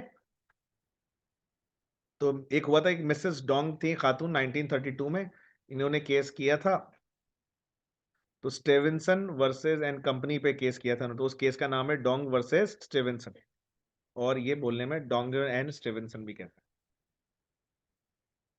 शिपिंग केसेस जो होते हैं आमतौर पे, शिपिंग केस जिसमें सामान जहाज जाता है, आमतौर पे name of the vessel, vessel मतलब जो जो जो कश्ती होती है, जो उसके नाम पे होता है आमतौर पे। अब जैसे एक मशहूर केस है द वैगन माउंट, ना ये वैगन माउंट ना बंदे का नाम है ना क्लेमेंट का नाम है, ये उस वेसल का नाम है जिसके अंदर जा रहा था कोई चीज और उस पे केस हो गया था। कोई सवाल? ठीक है, थोड़ा सा एग्जाम्पल मैं दे देता हूँ, लेकिन इसकी पॉलिटिकल साइड पे हम नहीं जाएंगे, बात समझ में आ जाए कायदे से, ठीक है। ये जो केस है, कौन सी यूनिवर्सिटी है, इमरान खान साहब के ऊपर जो केस है एक यूनिवर्सिटी से मुतालिक, मलिक रियाज खान साहब, मलिक रियाज साहब के पैसों का और मामला, क्या नाम है यूनिवर्सिटी का यार? अरे नहीं भाई, एनईडी कहाँ से?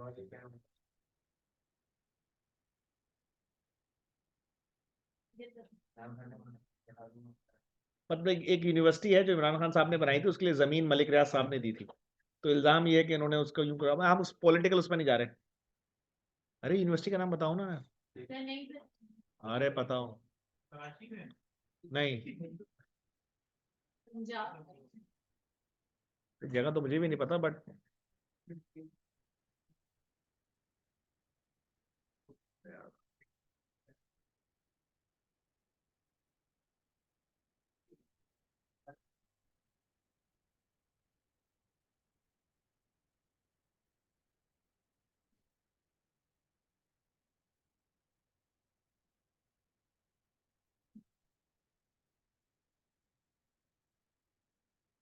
ऑनलाइन किसी बच्चे ने देख लिया। अल कादिर, जी जी जी जी जी जी मैं बता रहा हूँ। अब वो केस पता नहीं किसने किस पे किया है, किया तो इमरान खान साहब पे, ये नहीं पता किसने किया है, तो उस केस का नाम है अल कादिर ट्रस्ट केस। अब इसमें तो बंदे का नाम है ही नहीं अल कादिर, ना केस हुआ ना वो, असल में वो फिर किसी यूनिवर्सिटी से, अब एक आदमी सामान लेके गया तो मिस्टर अहमद ने मिस्टर अली पे केस कर दिया, ठीक है, तो अली वर्सेस अहमद नहीं होगा, जिस कश्ती में वो सामान लेके गया था उसका नाम था वैगन माउंट, मिसाल है। तो द वैगन माउंट केस 1961 में ये केस हुआ था, तो ब्रैकेट में एयर भी आ रहा होता है, जिस एयर में ये केस होता है। कोई सवाल? हाँ ना ना ना, ये बात बिल्कुल क्लियर याद रखें, बिल्कुल क्लियर। आपसे एग्जाम में केस का नाम नहीं पूछेगा। हाँ ये जरूर होगा कि जो केस मैं पढ़ाऊंगा, अभी ये वैगन माउंट तो केस पढ़ाया नहीं ना मैंने, बट आगे जाके मैं केस पढ़ाऊंगा, उस केस के अंदर जो कुछ हुआ था उसकी अंडरस्टैंडिंग आपके पास होनी चाहिए। यानी कि एक आदमी ने दूसरे टेनेंट पे केस किया, तो वैसा ही केस एग्जाम में कुछ करके आएगा, नाम बदल के, सिचुएशन बदल के, रूल वही होगा। आपको वो समझ में आना चाहिए। आपसे ये नहीं पूछेगा इस वैगन माउंट केस में क्या हुआ था, या जो है स्टीवेंसन वाला केस जो हुआ था उसमें क्या था, ऐसे आपसे नहीं पूछेगा ना, आपसे एयर पूछेगा। कंफर्म बात है, बिल्कुल क्लियर याद रखें ये बात। अच्छा भाई, पार्टीज, अगर हम केस की बात करें बच्चों, तो जो केस लाती है, the person who brings a case, उसको क्लेमेंट कहते हैं। ठीक है, सिविल केसेस में, सिविल केस में उसको क्या कहते हैं, क्लेमेंट या प्लेंटिफ। और क्रिमिनल केस में करने वाले को, और वो आमतौर पे होती है स्टेट,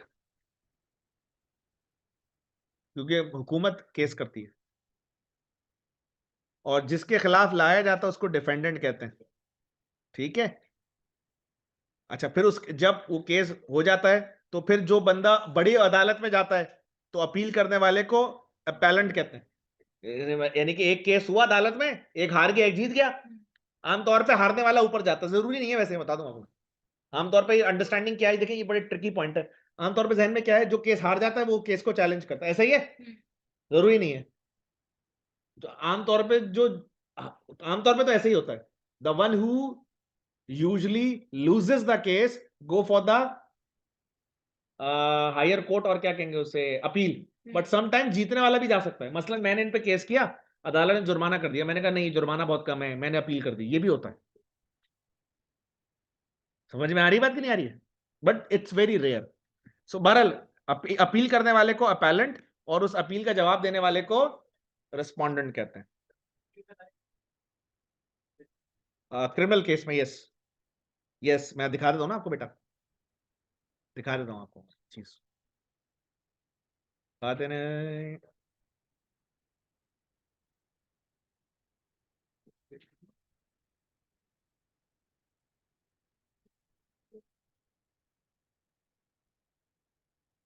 देखिए मैंने आपको एक बात कही थी, कहाँ गया भैया?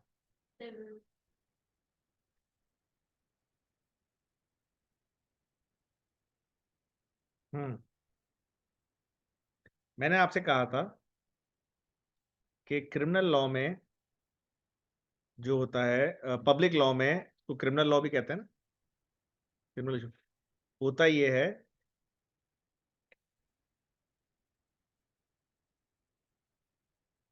आपने सिग्नल तोड़ा, उस केस का नाम होगा स्टेट वर्सेस आसिफ साहब ने सिग्नल तोड़ दिया, उस केस का नाम है स्टेट वर्सेस आसिफ।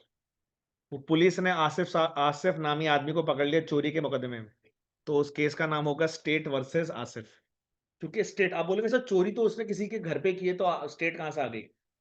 क्वेश्चन, एक आदमी ने चोरी करी, आसिफ ने अली के घर पे चोरी कर ली, तो अब अली वर्सेस आसिफ होना चाहिए ना यार, स्टेट कहां से आ गई? तो अदालत कहेगी भाई साहब, लॉ कहता है कि अली के घर की हिफाजत की जिम्मेदारी किसकी है? स्टेट की है। तो आपने स्टेट की वायलेशन करी। क्या मेरी बात समझ में आ रही है? समझ में आ रही कि नहीं आ रही बात? भाई देखो, दो लड़के हैं क्लास में लड़ना शुरू हो जाए, तो उन्होंने आपस में तो बदतमीजी की, मेरे साथ भी की, सर आपके साथ तो कुछ भी नहीं किया। अबे भाई देख रहे टीचर बैठा हो, फिर भी बदतमीजी, टीचर नहीं कहते इस तरह, यार आप देख भी रहो मैं बैठा हूं, फिर भी आप बदतमीजी किए जा रहे हो। मुझसे तो नहीं कर रहे, लेकिन मेरे होते हुए भी आप कर रहे हो, तो ये भी तो मुझसे। तो किसी भी इंसान की पैसे और जान, लाइफ को प्रोटेक्ट करना किसकी जिम्मेदारी है? स्टेट की जिम्मेदारी है। मैं जब पाकिस्तानी शहरी हूं, तो पाकिस्तान की गवर्नमेंट की जिम्मेदारी है कि वो मेरी हिफाजत करे, वो कर दे नहीं, वो एक अलग बात है, बट जिम्मेदारी इन्हीं की है। समझ में आ रही कि नहीं आ रही बात?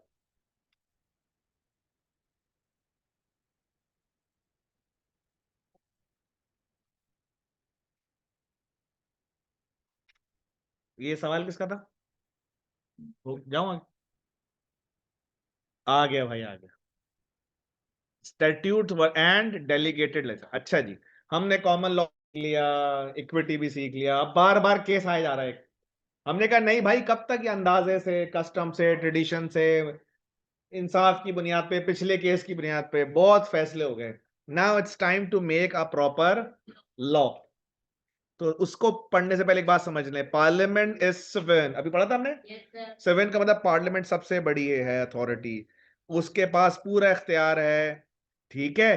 कोई और उसको बाउंड नहीं कर सकता। पार्लियामेंट सबको बाउंड कर सकती है, कोई और पार्लियामेंट को बाउंड नहीं कर सकता। और पार्लियामेंट क्या कर सकती है बच्चों? पार्लियामेंट नए रूल्स बना सकती है, ठीक है, पुरानों को रिपेल, ठीक है जी, या खत्म भी कर सकती है। कोडिफाई, कोडिफाई मतलब उसको मजीद उसकी टेक्निकल डिटेल्स बना सकती है। कंसोलिडेट, दो अलग अलग हैं उनको मिलाकर एक भी बना सकती है। समझ में आ रही कि नहीं? मसलन एक लॉ पास हुआ पंजाब के लिए, एक लॉ पास हुआ सिंध के लिए। अब ये दोनों लॉ अच्छे लेकिन थोड़े अलग अलग हैं। हमने दोनों को मर्ज किया, सिंध और पंजाब मिक्स करके सिंध पे भी अप्लाई कर दिया, पंजाब पे भी अप्लाई कर दिया, और सिंध और पंजाब के लॉ को मिक्स कर दिया। ऐसे भी कर सकते हैं। समझ में आ रही कि नहीं आ रही बात? Key point here what we have is statutes are set of rules and regulation formulated and imposed by, अभी हम पढ़ेंगे पूरा कैसे बनता है ये। अब आगे जनाब लेजिस्लेटिव प्रोसीजर। जी बेटे, ये आ गया, अभी दिखाते हैं अभी आपको प्रोसेस। प्रोसेस से पता चलेगा ये क्या होता है। पार्लियामेंट के अंदर तीन बॉडीज होती हैं बच्चों। एक होता है हाउस ऑफ कॉमन, जैसे हमने पढ़ा था, अगर इधर से पास हो जाए तो हाउस ऑफ, और इधर से पास हो जाए तो क्राउन। मतलब बादशाह के पास, किंग चार्ल्स के पास जाता है कि वो उसको रॉयल असेंट दे दे। क्या दे दे? Royal ascent. अब ये लफ्ज आएगा ये आगे तफसील से। सबसे पहले बच्चों आता है बिल। बिल क्या होता है? बिल है प्रोपोज्ड लॉ, अभी बना नहीं है, प्रोपोजल है।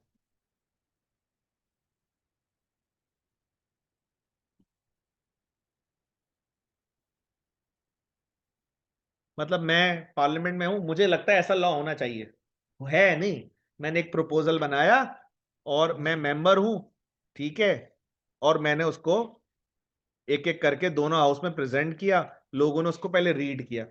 अब रीडिंग्स 3 आमतौर पे, यानी कि उस पे पढ़ा जाता है, सवाल जवाब होते हैं, फिर डिबेट होती है, कमेटीज बनती हैं, इसको सही करो, और सब एक एक डिटेल्स को फाइन करो, इसमें क्या होगा, अल्फाज को चेंज करो, ये अल्फाज नहीं लिखो, ये लिखो, ये सब कुछ होगा। और फिर जब एक वक्त आता है कि बिल अप्रूव हो जाता है बोथ हाउस से, तो उसके बाद ये किंग के सामने प्रेजेंट होता है टू गेट रॉयल असेंट, और फिर वो जो बिल होता है वो एक्ट में कन्वर्ट हो जाता है। इसलिए होता है कंपनी एक्ट 2017। तो नाम के आगे अक्सर लॉ के आप देखोगे एक्ट, तो ये मतलब है पार्लियामेंट से पास्ड है। किसी का कोई सवाल? अगला पॉइंट, जो एक्ट ऑफ पार्लियामेंट होता है ये कब आता है? जो भी उसके अंदर डेट स्पेसिफाई होती है, कमेंसमेंट डेट। हमेशा लॉ जब पास होता है उस पर एक डेट होती है, अक्सर लॉ आगे से पास होना शुरू होता है। अच्छा, बाज औकात लॉ जो आता है वो पीस मील में इन्फोर्स होता है। मसलन आपने पोर्शन एक बनाए और कहा कि भाई डिफरेंट अलग अलग जगह पे होगा, जैसे कंपनी एक्ट 2006 है, वो आया बिटवीन कुछ हिस्सा अप्रैल 2007 में आया और कुछ अक्टूबर 2009 में इंप्लीमेंट हुआ। तो ये आहिस्ता आहिस्ता भी होता है। पीस मील कहते हैं टुकड़ों में, इन पीसेस चीजों की इंप्लीमेंटेशन होना। किसी का कोई सवाल? ऐसा इसलिए बेटा कि दो दो बातें होती हैं। नंबर एक, कि हमें लगता है कि अगर हम एकदम से इंप्लीमेंट करेंगे शायद हमसे हैंडल ना हो, नंबर एक। नंबर दो, जो जो रेलेवेंट जब होता जाएगा उस पर इंप्लीमेंट होता जाएगा, जो जो रेलेवेंट होता जाएगा तब उस पर इंप्लीमेंट होता जाएगा। मसलन हमने ये किया कि हमने कहा कि भाई जो भी कंपनी है वो हर साल एक सर्टेन डॉक्यूमेंट जमा कराएगी। अब हमने कहा एकदम सारी कंपनियों को हम बोलेंगे एक साथ, तो ये हैंडलिंग मुश्किल हो जाएगी। तो एक काम करते हैं, जिनका रेवेन्यू प्रॉफिट जो है वो 100 मिलियन से ऊपर है पहले वो जमा कराएं। अभी 100 मिलियन से छोटी वाले को छोड़ दें। जब 100 मिलियन से ऊपर वाले सब जमा करा दें तो अब हम कहें जिनका 80 मिलियन से 100 के दरमियान है वो जमा कराएं, उन पे भी अप्लाई हो गया। तो आहिस्ता आहिस्ता आहिस्ता सबके ऊपर अप्लाई हो गया। क्या ये एग्जाम्पल समझ में आई?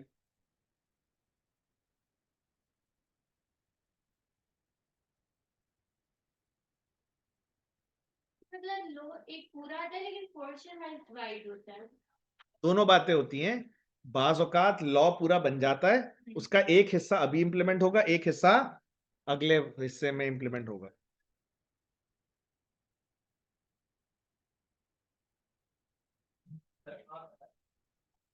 इसको स्टैंडर्डाइज नहीं कर सकते ना, तो बहुत डिटेल स्टैंडर्डाइज दोबारा से सवाल। की क्लियरिटी इसको आप जो है वो स्टैंडर्डाइज तो नहीं कर सकते ना, लिख के। जी आ गया उसका जवाब, आगे आगे देखिए आप आगे। ये कह रहे हैं क्या पार्लियामेंट बैठ के छोटी छोटी बातें भी फैसला करेगी? तो इसका जवाब है, गौर से सुनिए, इसका जवाब है पार्लियामेंट बनाती है लॉ। क्या बनाती है? लेजिस्लेशन। उसके जो माइन्यूटीज, जो छोटी छोटी चीजें होती हैं, उसको कहते हैं डेलीगेटेड लेजिस्लेशन। क्योंकि पार्लियामेंट के पास इतना टाइम नहीं है कि वो हर हर छोटे छोटे मैटर्स में इन्वॉल्व हो, तो उसके लिए डेलीगेटेड, डेलीगेटेड मतलब पार्लियामेंट किसी और को अथॉरिटी देती है, डेलीगेट करती है और कहती है फर्दर रूल आप कौन बनाए? आप बनाए, जो कि अथॉरिटीज बनाती हैं। मसलन टैक्स जमा करवाना है, अब पार्लियामेंट फैसला करेगी कि भाई इंडस्ट्रियलिस्ट के ऊपर ये वाला टैक्स लगना चाहिए या लगना, अब ये मेजर फैसला पार्लियामेंट कर लेगी। अब वो जमा कैसे कराएंगे? महीने का महीने जमा कराएंगे, पूरे साल का इकट्ठे कराएंगे, 3-3 महीने का जमा कराएंगे। ये बॉटम छोटी छोटी चीजें हैं, माइन्यूट चीजें, ये कौन फैसला करता है? मिनिस्ट्रीज। तो इनडायरेक्टली किसी और को अथॉरिटी दी जाती है, और वो कौन है बताता हूं मैं आपको। मिनिस्ट्रीज मैंने आपको बताया। डेलीगेटेड लेजिस्लेशन को कंट्रोल कैसे होता है? डोमेस्टिकली पार्लियामेंट इज सिविल, ये तो हमें पता ही है, in law making body. Therefore, Parliament can revoke or may powers the delegates revoking or varying the statute under which it was granted. Ministers are accountable to Parliament for the rules and regulation made by their department. होता यह है कि parliament पहले law बनाती है और फिर उसकी जो बेसिक स्ट्रक्चर है वो बिल्ड कर देती है, उसकी जो जो निटिग्रिटीज हैं, जो स्मॉलर डिटेल्स हैं, वो मिनिस्टर बनाते हैं और उसको कहते हैं, एक सेकंड जरा ये हैंग हो गया।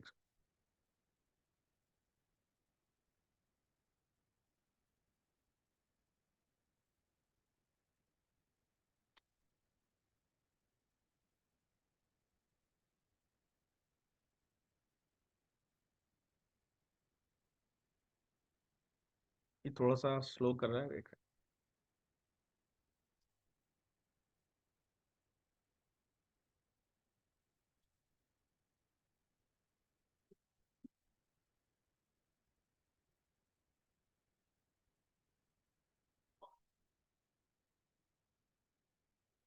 पार्लियामेंट जो बनाती है उसको हम कहते हैं लॉ, फिर पार्लियामेंट बनाती है मिनिस्ट्री, मिनिस्ट्री जो बनाती है उसको कहते हैं बाय लॉज। क्या कहते हैं? By law. क्या आपने वर्ड शायद सुना, by laws? Details, minor minor details. अब मिनिस्ट्री, पार्लियामेंट ने फैसला किया कि भाई इंडस्ट्रियलिस्ट भी टैक्स देंगे, बस। अब उसकी उसकी के भाई टैक्स तो लेंगे, साल का तो लेंगे, बट रिसीव कैसे करेंगे? हर महीने रिसीव करेंगे, क्वार्टरली रिसीव करेंगे, ईयरली रिसीव करेंगे। अब ये सारी बाय लॉज हैं, वो कौन बनाएगा? मिनिस्ट्री। अब जाहिर है चूंकि ये उससे रिलेटेड है, पैसों से, टैक्स से रिलेटेड है, तो मिनिस्ट्री ऑफ फाइनेंस देखेगी इसको।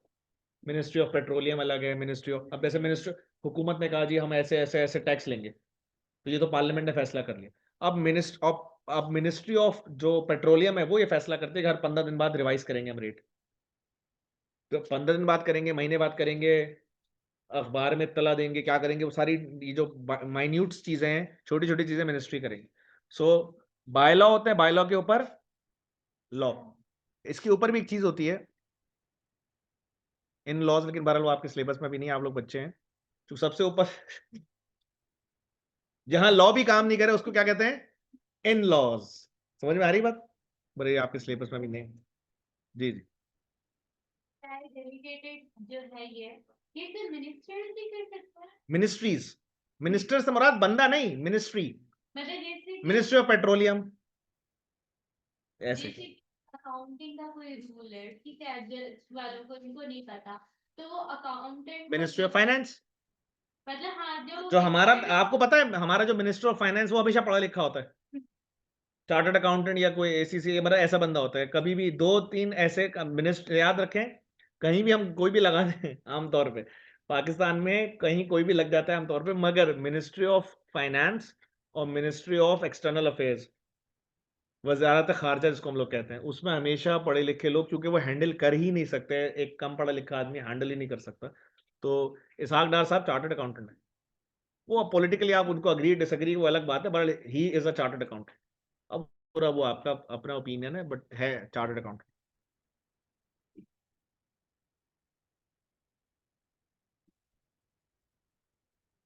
Next, European union law. जैसा कि आपको पता है कि यूके एक जमाने में यूरोपियन यूनियन का हिस्सा था, ठीक है, जाहिर है बाउंड भी था ईयू ट्रीटीज से। ट्रीटी कहते हैं कॉन्ट्रैक्ट्स, एग्रीमेंट्स बिटवीन मेंबर्स, यानी कि यूरोपियन यूनियन के अंदर जितने कंट्रीज हैं उन सब के आपस में एग्रीमेंट हुए हुए थे कि तुम हमारे बच्चों को एडमिशन दोगे, तुम हमारे डॉक्टर को मान लोगे, तुम हमारी ये वाली बात करोगे, तुम हमारे प्रोडक्ट्स पे टैक्स लगाओगे, तुम हमारी प्रोडक्ट पे टैक्स, आपस में तय हो गई थी चीजें, ठीक है जी। और जाहिर है वो रूल्स ड्राइव करते थे वहां से मेंबरशिप पे। लेकिन जाहिर है फिर बाद में यूके डोमेस्टिक लॉ अलग हो गया, और आपको पता है इसको हम कहते हैं ब्रेक्सिट। ये आता है आगे, हल्का सा बताता हूँ। तो पहले तो हिस्से में तो क्या हुआ, उन्होंने यूके ने लेफ्ट कर दिया, छोड़ दिया ईयू ऑन 31 जनवरी 2020, और विड्रॉल एग्रीमेंट में वो चले गए। और ब्रेक्सिट ट्रांजैक्शन, ब्रेक्सिट मतलब होता है BREXIT, ब्रिटिश एग्जिट। इस प्रोसेस का नाम उन्होंने रखा था ब्रेक्सिट। ब्रेक्सिट मतलब British is exiting from, England असल में निकल गया था, इंग्लैंड और वेल्स निकल आए थे यूरोप से, उससे, ईयू से। तो उसका ट्रांजिशन था, एकदम तो नहीं निकल सकते ना, ट्रांजिशन पीरियड था, ठीक है, जो कि 31 जनवरी 2020 से शुरू हुआ और 31 दिसंबर 2020 पे खत्म हुआ, तकरीबन 11 मंथ्स, तकरीबन 11 मंथ्स। सो उसके बाद कंटिन्यू किया उन्होंने रूल्स रिलेशनशिप, ईयू ने फिर जाहिर नए बनाए, पहले तो पुराने वाले चलाए फिर नए वाले। उस नए वाले का नाम उन्होंने रखा है रिटेन्ड ईयू लॉज, यानी कि ये वो हैं जो हम अलग तो हो गए लेकिन फिर भी कुछ रूल्स हमने रिटेन कर लिए।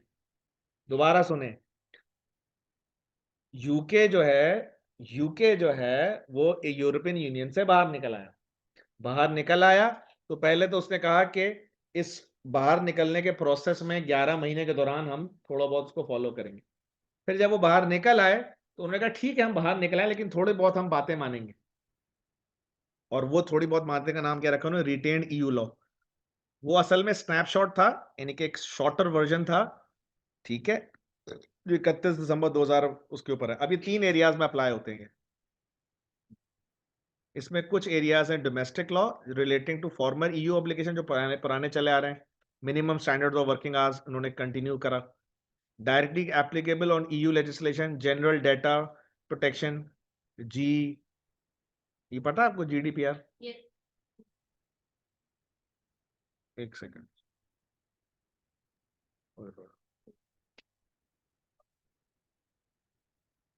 मुझे लग रहा था ये गड़बड़ करेगा।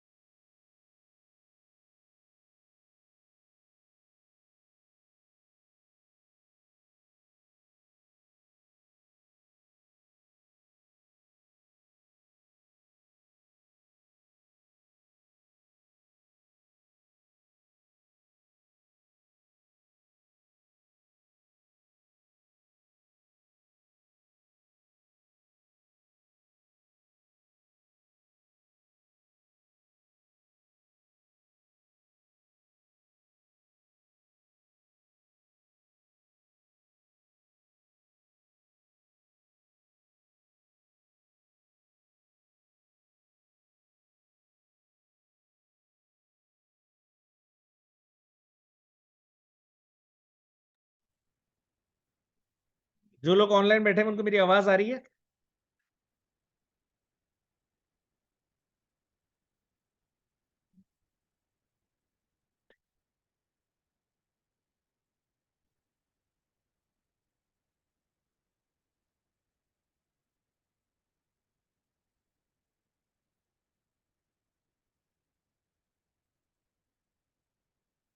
अदर राइट्स एंड प्रिंसिपल, अच्छा सॉरी, तो हम ये बात कर रहे थे कि डायरेक्टली एप्लीकेबल ईयू लेजिस्लेशन जैसे डेटा प्रोटेक्शन रेगुलेशन, ये इंपॉर्टेंट इसलिए जीडीपीआर नॉलेज के लिए, वैसे तो नहीं है एग्जाम में, तो नहीं है ये हमारे सिलेबस में, तो नहीं है। जीडीपीआर ये कहता है कि भाई डेटा प्रोटेक्शन प्राइवेसी, कि आप किसी का जो डेटा है वो किसी और के साथ उसकी मर्जी के बगैर share, and what and who stops you from doing this thing, GDPR, general data protection regulation. Other जो राइट्स हैं, प्रिंसिपल हैं जो कि यूके इफेक्ट करते हैं, ह्यूमन राइट्स हैं, अभी हम आखिर में पढ़ेंगे, इस चैप्टर के आखिर में ह्यूमन राइट्स पढ़ेंगे, जो कि 1 जनवरी से इफेक्ट हुए। The first two categories will be known as assimilated law, उसको यूके लेजिस्लेशन में कहते हैं। The third category is repealed, repealed मतलब जो कंटिन्यू किया गया। की पॉइंट यहाँ पे क्या है? की पॉइंट यहाँ पे ये है कि जो जज की ड्यूटी इंग्लैंड वेल्स में is not to make the law but to identify, interpret, बहुत अहम जुमला है, लेजिस्लेशन जहां पे हुई हुई है, जहां लेजिस्लेशन हुई हुई है, तो वहां पे जज का काम लॉ बनाना नहीं है, बल्कि उसको आइडेंटिफाई करना कि यहां कौन सा लॉ अप्लाई होगा और उसकी क्या तशरी इंटरप्रिटेशन डिटेल होगी, ये उसका काम है।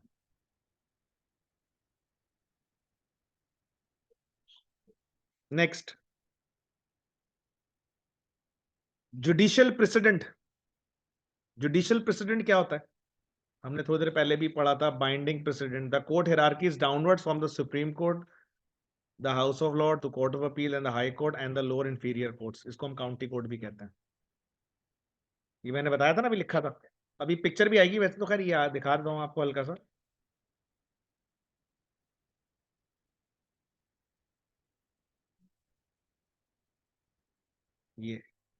ये पूरा कोर्ट स्ट्रक्चर है, तफसील से हम पढ़ेंगे जब।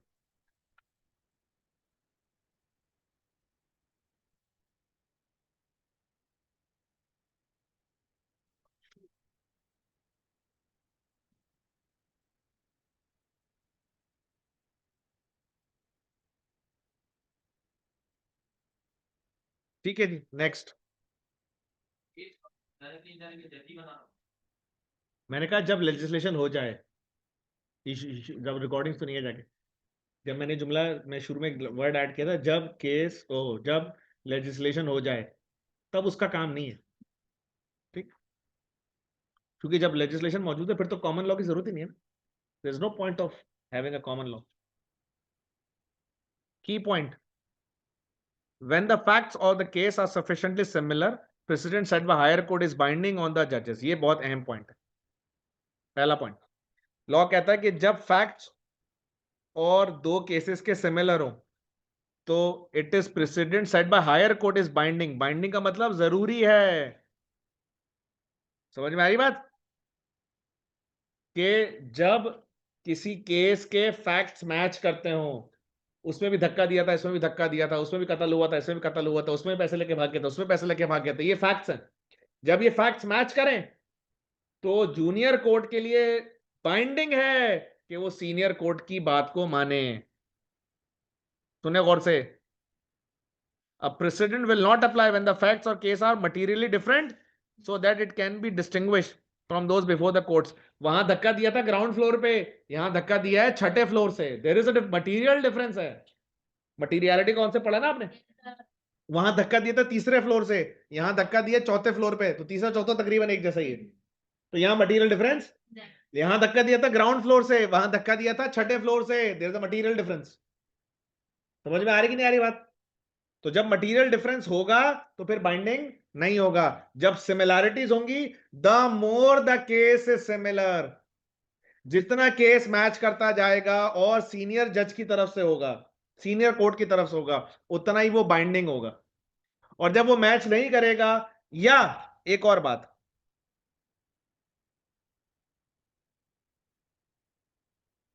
सुप्रीम कोर्ट को किसी ऐसे कोर्ट के बारे में रेफर किया जाए जो कि उससे जूनियर है। सुप्रीम कोर्ट के अंदर बैठ के आप हाई कोर्ट के फैसले को दिखा रहे हैं, तो जज कहेगा ये मेरे लिए परसुएसिव है।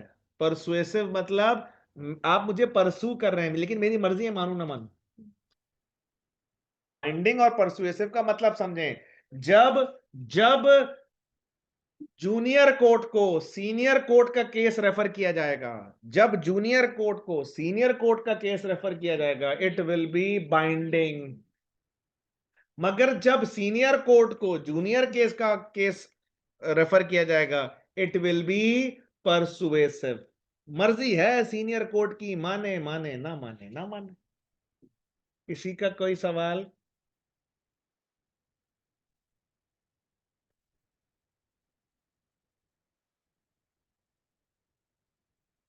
Overruling and reversing decisions. The precedent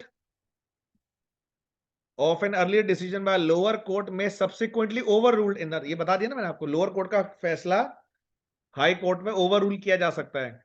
for example the court of appeal can overrule an earlier high court. ठीक है ना, ये मैं लिख दूं, सुप्रीम कोर्ट होती है, उसके नीचे कोर्ट ऑफ अपील, फिर हाई कोर्ट, फिर काउंटी कोर्ट।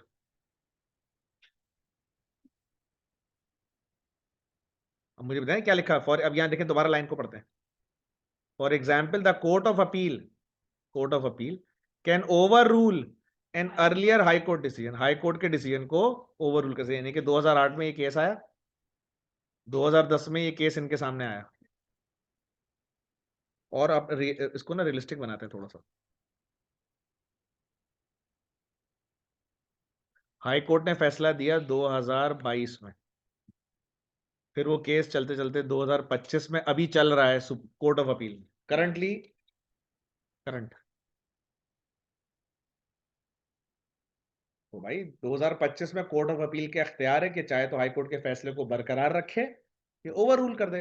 हम सीनियर, हम नहीं मान रहे भाई। क्या ये बात समझ में आई? आप सर फहीम से एक बात पूछ के आए, ठीक है, मैंने कहा ठीक है, या मैं कहूँ नहीं मैं कह रहा हूँ बस, मैंने कर दिया, मैंने समझ में आ गई बात।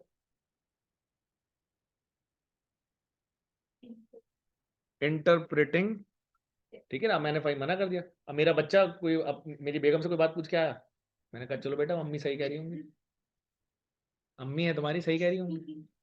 डरा नहीं हूं मैं, तो एक तरीका है, मतलब एक वो है, मतलब कोई खुदा ना खास्ता मकसद वो नहीं है मेरा।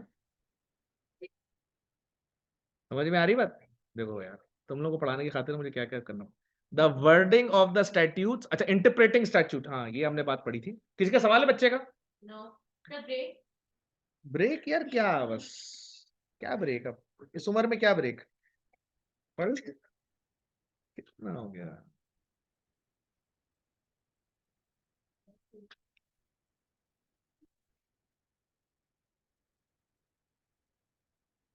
क्या करें?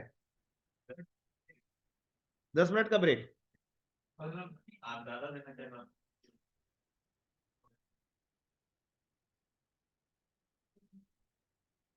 सर 5 बजे।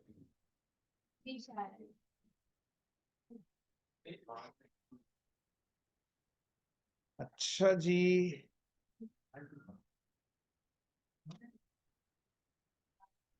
प्यार से 10 मिनट का ब्रेक ले लो।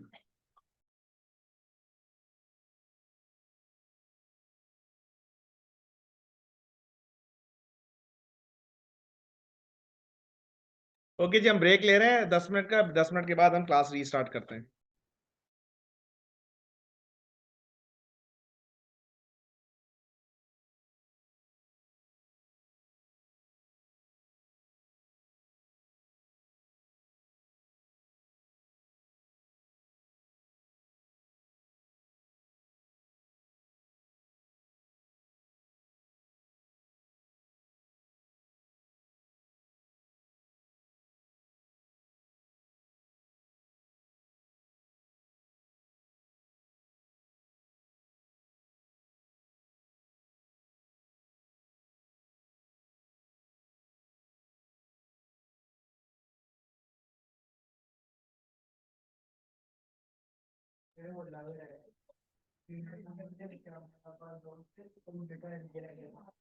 चले जी, नेक्स्ट हमारे पास टॉपिक है बच्चों इंटरप्रेटिंग स्टैट्यूट। हमने एक बात इनिशियली पढ़ी थी कि बिल्कुल जब हम चैप्टर के शुरू में चले, और लास्ट क्लास में जो फर्स्ट क्लास थी वहां भी हमने एक बात पढ़ी थी और आज भी हमने उसको डिस्कस किया था कि मेरे दोस्त लॉ किधर बनता है मगर उसकी इंटरप्रिटेशन कोर्ट करता है, मगर कोर्ट ऐसे हवा में इंटरप्रिटेशन नहीं कर सकता।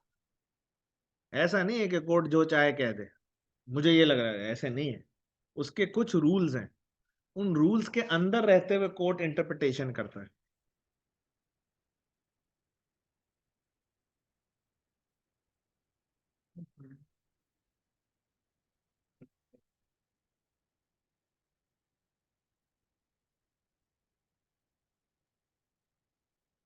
तो हमने कहा कि ठीक है, कोर्ट जो लॉ है वो पार्लियामेंट में बनता है मगर उसकी इंटरप्रिटेशन कोर्ट करता है, और कोर्ट अपनी मर्जी से, उसकी भी कुछ गाइडलाइंस हैं, बाउंड्रीज हैं, उनके अंदर रहता है। सो जरा उसको देख लेते हैं कि ये जो स्टैट्यूट्स की वर्डिंग होती है ये बाज औकात ऑब्स्कर और एम्बिगुअस, यानी कि जो पार्लियामेंट से लॉ निकल के आता है वो एम्बिगुअस, अनक्लियर होता है। तो उसकी वजह से आउटकम जो होता है ना केस का, वो हिंज मतलब वो रुक जाता है। तो बहुत सारी प्रिजम्पशंस हैं, स्टैचुरी एड्स हैं, रूल्स हैं, मैक्सिम्स हैं जो कि इस्तेमाल होते हैं, रूल्स एंड रेगुलेशन। सो बहरहाल की पॉइंट यहाँ पे ये है, द ड्यूटी ऑफ द जज is to interpret the words. अब कौन कौन से रूल्स वो फॉलो करता है जज? पहला रूल है बच्चों लिटरल रूल। कभी कभी जज लिटरल रूल इस्तेमाल करता है जिसके अंदर वो जो डिक्शनरी मीनिंग जो निकालते हैं ना लफ्ज, जैसे एक आदमी दूसरे आदमी को धमकी दे, मैं तुम्हें कत्ल कर दूंगा। अब जज कहेगा तो सीधी सीधी बात है, इसमें कोई लंबी चौड़ी या कोई बहुत इंटरप्रिटेशन की जरूरत है नहीं। डिक्शनरी मीनिंग है कत्ल, कत्ल का मतलब मार देना, मार देने की धमकी देने पे जो सजा मिलती है वो इस बंदे को मिलेगी, हाँ या ना। लेकिन अगर बंदा दूसरे को धमकी देता है, मैं तुम्हें खाक में मिला दूंगा, अब लॉ कहता है यहाँ लिटरल रूल। अब देखें, अब जज ने मुलजिम से पूछा, हाँ भाई तुमने इसको बोला खाक में मिला दूंगा? जी जी जज साहब, खाक में मतलब खाक थोड़ी सी मट्टी लूंगा, मुंह पे ऐसे ऐसे करके मिला दूंगा। जज ने कहा तुम्हारा दिमाग खराब है, हम क्या पागल समझते हो तुम क्या समझ रहे हो, कोई पाकिस्तान की दाल बच्चे वाली हरकतें कर रहे हो तुम यार। उसने बोला तो जज कहेगा फिर यहाँ मॉडिफाई कर देगा लिटरल रूल, जज कहेगा मैं नहीं मानता इसको। ठीक है, इसका एक और मीनिंग है, अब सुने। देखें, जहां लिटरल रूल अप्लाई नहीं होता वहां गोल्डन रूल। जज कहेगा देखें ये कहां से, ये बात कहां से निकली, खाक में मिला दूंगा, क्या मतलब इसका, कत्ल कर दूंगा ना, ये मतलब है ना, मैं तुम्हें खाक में मिला दूंगा, इसका क्या मतलब है? तो खाक क्यों लफ्ज इस्तेमाल किया है? क्योंकि ये मुसलमानों के कल्चर से निकला है। मुसलमान इंसान के कत्ल यानी कि इंतकाल के बाद उसको जमीन में दफन कर देते हैं, कुछ सालों के बाद वो मट्टी में मिल जाता है। समझ में आ रही कि नहीं आ रही बात? तो ये यहां से निकला है ये। तो जज कहेगा यहां मैं लिटरल रूल, अब जैसे मैं आपको बोलूं it has been raining cats and dogs, तो यहां लिटरल रूल अप्लाई नहीं होगा। समझ में आ रही बात? यहां आप ये कहेंगे इसका मतलब आसमान से कुत्ते बिल्लियां कर रहे हैं, ये थोड़ी होगा यार। नेक्स्ट, तीसरा रूल है पर्पसिव रूल। पर्पसिव रूल है कि जब अल्फाज एम्बिगुअस और अनसर्टेन हो और उसकी कई इंटरप्रिटेशन निकलती हो, मसलन मैं तुम्हें देख लूं, आई विल सी यू। अब ये तो बहुत एम्बिगुअस वर्ड्स हैं यार, ये तो बिल्कुल इसका कोई मतलब नहीं। खाक में मिला दूंगा, फिर कहीं एक मतलब निकल के आ रहा है कि भाई खाक में मिला दूंगा मतलब मैं कत्ल करूंगा तो तुम्हारा इंतकाल होगा, तो जनाजा होगा, तो जमीन में दफन होगे, तो कुछ अरसे बाद मट्टी में मिल जाओगी। कहीं ना कहीं रूल निकल आया ना, रूल मतलब एक मीनिंग निकल आई ना। तो ये तो बहुत मुश्किल है। आप सुने नहीं, लॉ कहता है इसमें अब अगर मालिक मकान किराएदार को कहे आई विल सी यू, इसका मतलब है घर से निकालने की धमकी दे रहा है। अगर एम्प्लॉयर एम्प्लॉय को कह रहा है आई विल सी यू, तो नौकरी से निकालने की धमकी दे रहा है। मैनेजर सबऑर्डिनेट को कह रहा है आई विल सी यू, तो अप्रेजल खराब करने की धमकी दे रहा है। टीचर स्टूडेंट को कह रहा है आई विल सी यू, इसका मतलब यह है कि वो फेल करने की धमकी दे रहा है। ACCA का टीचर स्टूडेंट से कह रहा हूं तो फेल ही नहीं कर सकता, I'll see you, तो गरीब कह रहा है मैं देख सकता हूँ। मैं फेल तो कर नहीं सकता, मेरे पास एग्जाम में पावर नहीं है, ज्यादा से ज्यादा क्लास से निकाल दूंगा किसी का कोई सवाल। समझ में आई बात? मैं कहूंगा तुम क्या क्लास के अंदर फ्रेंच फ्राइज की खुशबू फैला रहे हो, लिहाजा मैं तो एक मिसाल है। सर्किट सर्किट जज सर्किट्स सॉरी सर्किट जज कह रहा हूं। यूके को, इंग्लैंड और वेल्स को हमने 7 ज्योग्राफिकल रीजन और सर्किट में डिवाइड कर लिया है एडमिनिस्ट्रेशन पर्पस के लिए। जैसे पाकिस्तान को 5 सूबों में डिवाइड किया है, तो हमने यूके यानी कि इंग्लैंड और वेल्स को 7 एडमिनिस्ट्रेटिव सर्किट्स में डिवाइड किया है, ठीक है। और वो 7 रीजन्स क्या हैं? Midland, North Western, North Eastern, South Eastern, London, South Eastern and Wales. अब general hierarchical structures of the court, ये आ गया जनाब। बेसिक हायरार्की जो है ना कोर्ट की, वो ये है।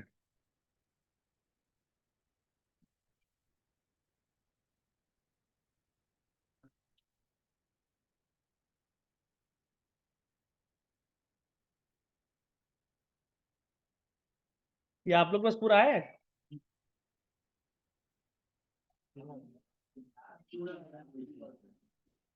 नहीं, आपके पास तो पूरा है ये। इसमें पता नहीं क्यों नहीं आ रहा।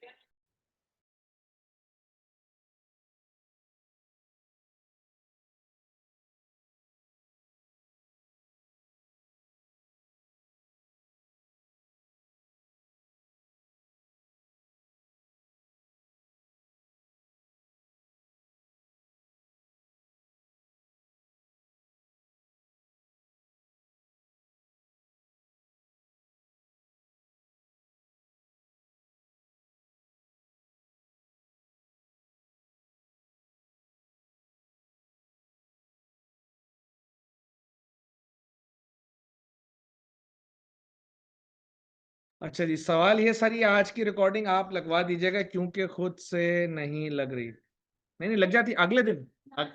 जी जी, लास्ट क्लास की भी लग गई। वो होता ये कि एक दिन के बाद लगती है, तो ऑटो अपलोड नहीं होता ना इसकी, वो ट्रिमिंग करते हैं असल में, स्टार्ट एंड और ब्रेक हटा के ट्रिमिंग करके फिर ऊपर लगाते हैं। नहीं लग गई बेटा, फर्स्ट क्लास की लग गई, इनफैक्ट फर्स्ट क्लास की तो यूट्यूब पे भी लग गई। Yes sir. तो आपको मिल नहीं रही। आप जरिया आप वो हो गए, क्या कहते हैं, इनरोल हो गए आप? फिर आप एक काम करें, अगर आप एनरोल हो गए, आपको रिकॉर्डिंग नहीं दिख रही, तो आप जो है ना अभी क्लास के बाद सर फहीम या सर दानिश से रब्ता करें लाजमी, ठीक है। वैसे ये वाली तो खैर यूट्यूब पे भी लग गई, आप उसमें सर्च, लेकिन वो यूट्यूब पे हर हर रिकॉर्डिंग तो नहीं लगी, वो 2 रिकॉर्डिंग लगेंगे यूट्यूब पे, उसके बाद तो पोर्टल पे। मैं नॉर्थ वालों को चेक कर लेता हूँ, ठीक है सर। अगर आप नॉर्थ के हैं तो फिर आप सर निसार से रब्ता करें, सर निसार से रब्ता अभी कर लीजिएगा क्लास ऑफ होते ही।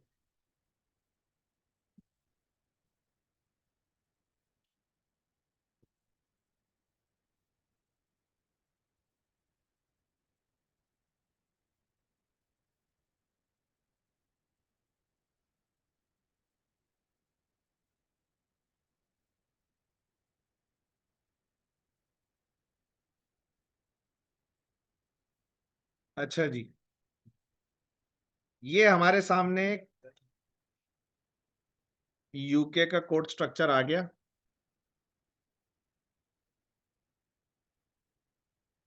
इसको जरा गौर से देख ले, बातें नहीं बच्चों देखें। सबसे पहले हमारे सामने स्क्रीन पे क्रिमिनल कोर्ट्स हैं। क्रिमिनल कोर्ट में सबसे नीचे होती है मजिस्ट्रेट कोर्ट, छोटे मोटे जराइम, मुक्का उक्का मार दिया, लेकिन उस बंदे की आंख जाया हो गई मुक्का लगने से, वो अंधा हो गया, तो फिर सीरियस मैटर के लिए क्राउन कोर्ट, सीरियस मैटर्स के लिए फिर हाई कोर्ट, हाई कोर्ट का क्रिमिनल डिवीजन, वहां से भी मसला हल ना हो तो कोर्ट ऑफ अपील का क्रिमिनल डिवीजन, और फिर हाउस ऑफ लॉर्ड जो है ना, असल में हाउस ऑफ लॉर्ड्स वो असल में पुराना नाम है सुप्रीम कोर्ट का, सॉरी सुप्रीम कोर्ट का पुराना नाम है हाउस ऑफ लॉर्ड्स। मैंने यहां लिख इसलिए दिया बेटा, एक सेकंड, सुप्रीम कोर्ट नया नाम है, हाउस ऑफ लॉर्ड्स पुराना नाम है। मैंने यहाँ इसलिए लिख दिया, हो सकता है आप दोनों नाम इसलिए पता होने चाहिए कि बुक पढ़ेंगे आप या कोई नोट्स पढ़े कुछ पढ़े तो वहां लिखा हुआ आ रहा होगा हाउस ऑफ लॉर्ड्स। ये अक्टूबर 2009 में इसका नाम चेंज हुआ था। तो अक्टूबर 2009 से जो पुराने केस है ना सुप्रीम कोर्ट के, उसका नाम था हाउस ऑफ लॉर्ड्स के नाम से लिखा हुआ होगा, तो आप कंफ्यूज ना हो। जी बेटा,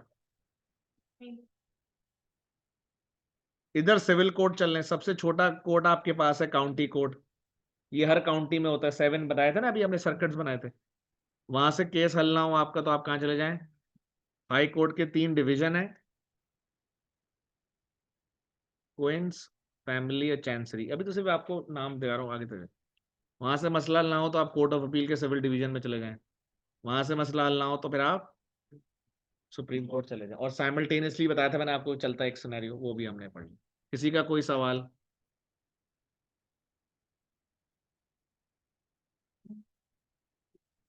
आपके सॉरी,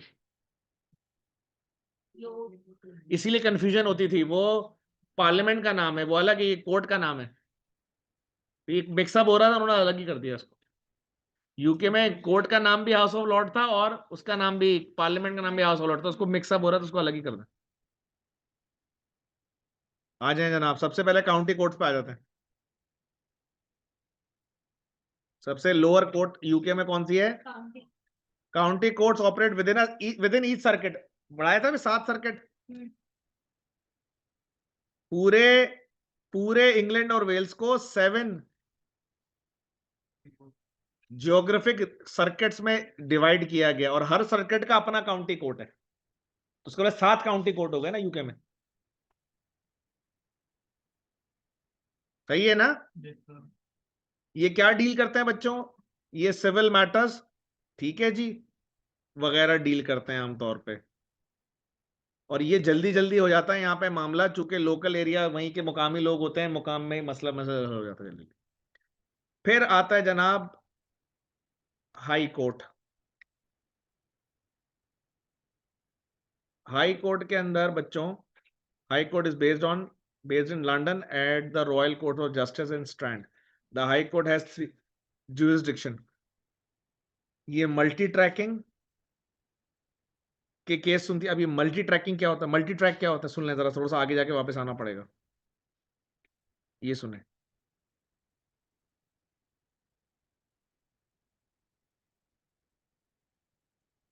जब भी अदालत में कोई केस आता है, ये मैं थोड़ी सी देर के लिए यहाँ पर वापस चला जाऊंगा जहां से आया हूं मैं। जब भी अदालत के अंदर कोई केस आता है, अदालत उसकी वैल्यूएशन करती है। क्या करती है? मसलन एक आदमी दूसरे को बोलता है, जज साहब इन्होंने मेरी गाड़ी को हिट करके नुकसान पहुंचा दिया। तो जज कहता है ये गाड़ी जो डैमेज हुई है ये कितने की हुई है? अगर तो ये 10,000 पाउंड के अंदर अंदर है तो वो क्लेम्स जिनकी फाइनेंशियल वैल्यू 10,000 के अंदर है उनको स्मॉल क्लेम्स कहते हैं। जिनकी वैल्यू 10 से ऊपर मगर 25 के अंदर है उसको फास्ट ट्रैक कहते हैं। और जिनकी वैल्यू 25 से ऊपर निकल जाती है उन्हें मल्टी ट्रैक, ये कॉम्प्लेक्स केस होते हैं, हायर वैल्यू होती है। तो होता यह है कि पहले कोई भी जज बनता है तो उसको स्मॉल क्लेम्स देते हैं। समझ में आ रही बात? जब वो थोड़ा अच्छा हो जाता है तो फास्ट ट्रैक देते हैं, फिर और बेहतर हो जाता है तो multi track. This is how it works. कोई किसी को भी आप कैशियर बनाएंगे, पहले छोटी सी ब्रांच का कैशियर बनाएंगे, एकदम थोड़ी करोड़ों रुपए उसके हवाले कर देंगे। हाँ या ना? समझ में आ रही है बात?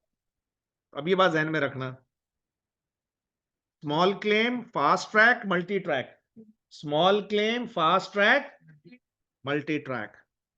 अब आ जाओ जनाब। सो हाई कोर्ट जो है मल्टी ट्रैक हियरिंग करती है। मल्टी ट्रैक का मतलब 10 से 25,000 रुपए, सॉरी 25,000 से ऊपर, सॉरी 25,000 से ऊपर। और दूसरा काम क्या करती है, ये अपील सुनती है from lower civil and criminal courts, जाहिर है काउंटी से जो आते हैं case, to supervise and regulate the conduct of lower courts. फिर लोअर कोर्ट्स की शिकायतें भी इनके पास आती हैं, ठीक है जी, तो ये भी देखती हैं। एक और एरिया है tribunals, although tribunals will not be examined in their own right, directly tribunals नहीं आपसे एग्जामिन, में हल्का सा बता देता हूँ ट्राइब्यूनल्स क्या होता है, although it is not part of the exam, but ये इस्तेमाल होता है दूसरी चीजों को समझने के लिए। ट्राइब्यूनल, ट्राइब्यूनल डायरेक्टली हमारे कोर्स का हिस्सा नहीं है, बट बाकी टॉपिक्स को समझने के लिए ट्राइब्यूनल का नॉलेज होना जरूरी है।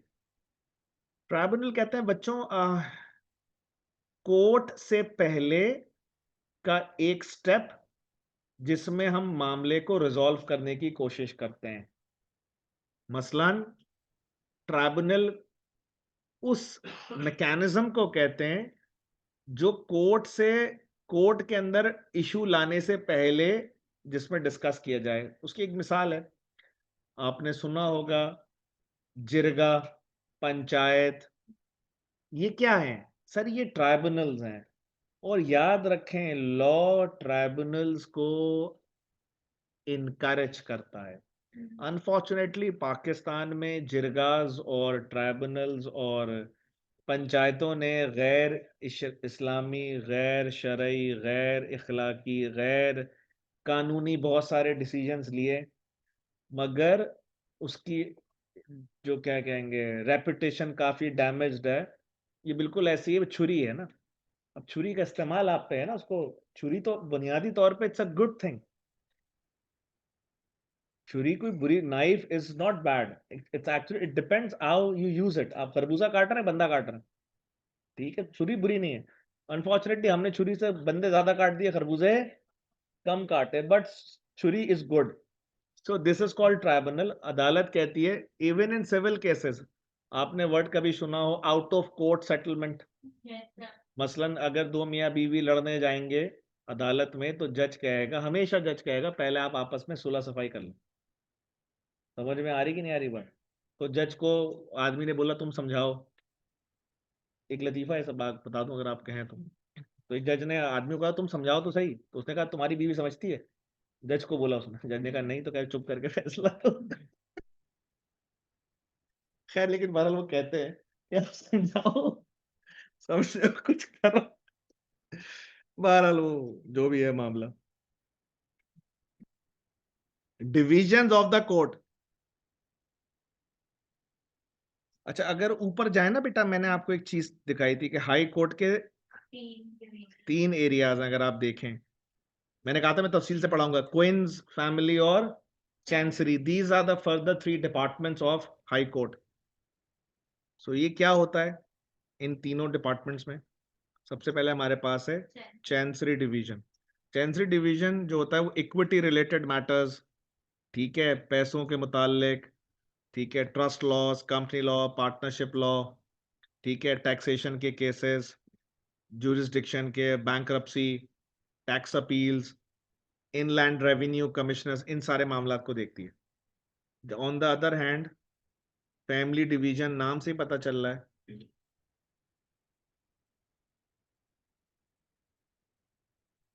ये जरा स्लो, एक मिनट चल रहा है, कंसर्न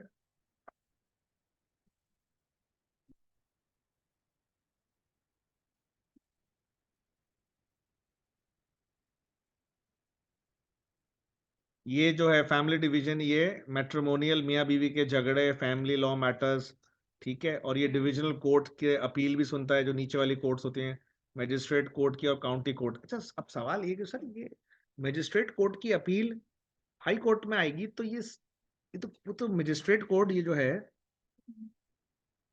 ये तो क्रिमिनल है, ये सिविल में कहां से आ गया ये? मतलब क्रिमिनल केस की अपील सिविल में कैसे आ रही है?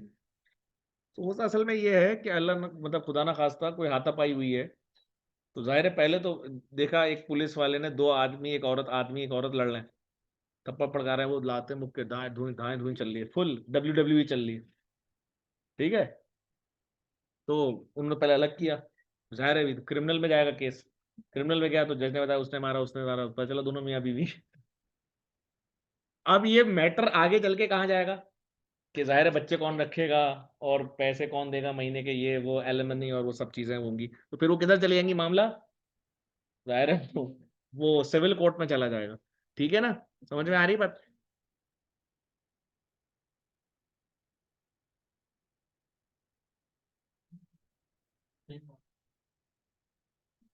मैं आपको एक बात बताऊं, मैं 2007 से ये वाले एरियाज को डिस्कस कर रहा हूँ, पढ़ा भी रहा हूँ, सब कुछ देखता हूँ, तो जाहिर है मैं पाकिस्तानी केस भी देखता हूँ, यूके केस भी देखता हूँ। एक बड़ा बुनियादी फर्क है फैमिली केसेस में पाकिस्तान में, जो ऑपोजिट एक है पाकिस्तान में और यूके का, एक फर्क, बहुत सारे फर्क है। मैं ये नहीं बुराई नहीं कर रहा भाई, अंग्रेजों अंग्रेजों में बहुत अच्छी अच्छी बातें भी होती हैं, मैं वो एक्सट्रीमिस्ट नहीं हूँ कि बहुत सारे बुरे होते हैं, ऐसा नहीं, अच्छे भी होते हैं बुरे भी होते हैं, हर तरह के लोग होते हैं। अंग्रेजों में बहुत सारी अच्छी बातें जो पाकिस्तानियों में नहीं है, so they have so many good traits।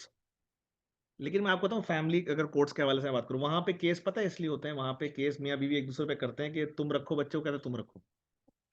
Pakistan में ये लड़ लो, तो वो कहता है मैं रखूंगा, वो तो मैं रखूंगा। सारी पाकिस्तान के केस, पाकिस्तान की फिल्में ड्रामों में यही होता है ना, कि भाई मैं रखूंगा, वो कहेगा मैं रखूंगा। इस बात पे झगड़ा है। वहां बोले तू रख भाई, ताकि मैं अपनी नई लाइफ सही से गुजारूं, ये चुन्नू मुन्नू तुम रख लो, जो भी है वो लाइबिलिटी है ना, most many cases are over there. तो शुक्र अदा करें आप जिस सोसाइटी में हैं, लेकिन उनकी अच्छी बातें भी हैं। मैं हमेशा एक बात कहता हूँ, देखिए उनकी जो वीकडे वाली जिंदगी ना वो बहुत अच्छी है, काम हम जो कर रहे हैं ऑफिस में, एआई चला रहे हैं, ये वो टेक्नोलॉजी है, वो सीखें। हम मसले का हम वीकडे वाली छोड़ के ना वीकेंड वाली लाइफ को फॉलो कर। सो अंग्रेजों से अच्छी चीजें हैं, नहीं एक्सट्रीमिज्म है ये अंग्रेजों को बुरा भला कहना बिला वजह, बहुत सारी अच्छी बातें हैं। they've got AI, they've got technology, they've got so many things। उनके उनके पास कंस्ट्रक्शन बहुत अच्छी है, उनके बहुत सारी चीजें अच्छी हैं, मैकेनिज्म्स उनके पास बहुत अच्छे, मैनेजेरियल इश्यूज उनके पास बहुत अच्छे से एड्रेस होते हैं। आप उनसे सीखें वीकडे में।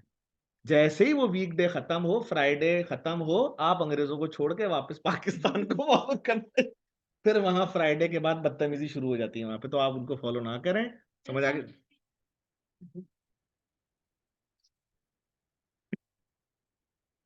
अरे किस तरह से, ये क्या बात है यार मतलब आप बताना बेटा इनको, ठीक है? ये आपकी ट्यूटर है, ये बताएंगे आपको। अच्छा जी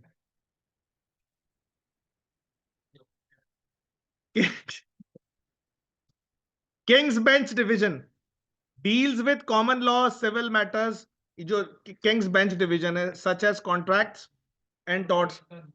जी जी, वो असल में पुराना डॉक्यूमेंट है ना, क्वीन थी ना पहले, उनका इंतकाल हो गया ना, एलिजाबेथ, तो किंग आ गया, तो वो क्वींस बेंच की बजाय, ये मैं दिखा देता हूँ, ये कह रहे, ये क्या रहे हैं सवाल, ये कह रहे हैं यहाँ तो क्वीन लिखा हुआ है, वो असल में उनके एलिजाबेथ के जमाने की ये पिक्चर है, तो अब तो किंग हो गए ना वो। इतनी बुढ़ापे में बेचारा वो बना है किंग वो बेचारा कब से प्रिंस, मैं बच्चा था जब भी वो प्रिंस था, मैं बड़ा हो गया, मेरी शादी हो गई, मेरे बच्चे हो गए, वो प्रिंस का प्रिंस ही रहा गरीब। पाकिस्तान में प्रिंस बिस्किट बिकना बंद हो गया, वो गरीब प्रिंस ही रहा, उनकी अल्लाह माफ करे, वो कोई निकल के ही नहीं दे रही। अबे बड़ी हो जा रही है, बड़ी, मैं जब बच्चा था तब वो बूढ़ी थी, मैं जब बच्चा वो बूढ़ी, वो खत्म ही नहीं हुई आंटी, वो भागे जा रही है आंटी। अल्लाह माफ कर भाई, रिकॉर्ड एचडी वाले चिरान ना कर दे तो भाई, वो खत्म ही नहीं हो रही यार, पता नहीं क्या वो।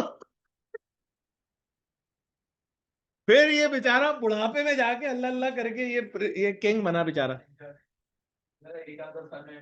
हाँ मुझे ऐसे लग रहा है, ये खुद परेशान है यार, ये रोजाना इसको दो तीन घंटे बाद चेक करते हैं किंग को, ये कहीं हमारा किंग चला तो 4 का नंबर ना आ जाए, 3 है ना ये, 4 ना आ जाए। खैर, the division of court of the KBD, अच्छा ये कॉन्ट्रैक्ट्स लॉ के केसेस, टॉर्ट्स के केसेस, क्रिमिनल केस भी देखते हैं। केबीडी हैज, यानी कि जो ये जो किंग बेंच डिवीजन है, has appeal from the magistrate and county court, ठीक है ना? आगे चलें, the civil division of court of appeal, court of, इसके बाद कौन है हाई कोर्ट के बाद? Court of appeal. Court of appeal में सिविल डिवीजन और क्रिमिनल डिवीजन दोनों होते हैं, जो कि अपील सुनती है कहां से? जो कि क्रिमिनल और जस्टिस वहां से आते हैं, तो इनका यूजली कोर्ट ऑफ अपील के यूजली अपने केसेस नहीं होते, सब नीचे से केस आ रहे होते हैं।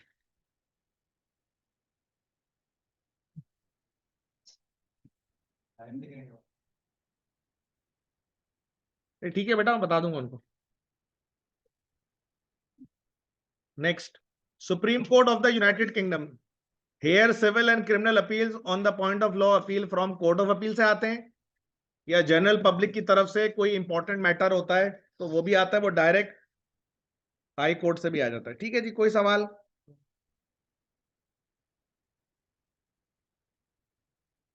क्रिमिनल कोर्ट्स पे आ जाए जरा। क्रिमिनल कोर्ट में पहला कोर्ट है बच्चे मजिस्ट्रेट कोर्ट, दिखाया था ना मैंने, याद है ना? दोबारा दिखा दूं? ये पहले मजिस्ट्रेट कोर्ट है, फिर क्राउन कोर्ट।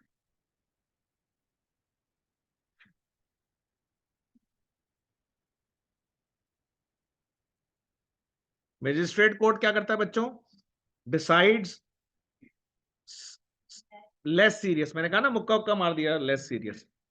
ठीक है, पब्लिक डिसऑर्डर, भगदड़ हो गई थोड़ी बहुत, मोटरिंग ऑफेंसेस, चालान वालान, गाड़ी तेज चला ली, commit serious cases to the higher. उसके बाद क्या करते हैं, जब सीरियस लगता है, भाई एक बंदे ने आदमी को मारा, वो अदालत वो अस्पताल ले गए, वो उसको मजिस्ट्रेट कोर्ट ले गए, वहां से फोन आया भाईजान उनको आईसीयू ले गए, तो उनको मजिस्ट्रेट कोर्ट से क्राउन कोर्ट ले गए। फिर वहां से फोन आया भाईजान उनको कब्रिस्तान ले गए, फिर उसको वहां से फोन आता जा रहा है, अदालतें बदलती जा रही हैं। समझ में आ गई बात की? अस्तगफुरुल्लाह।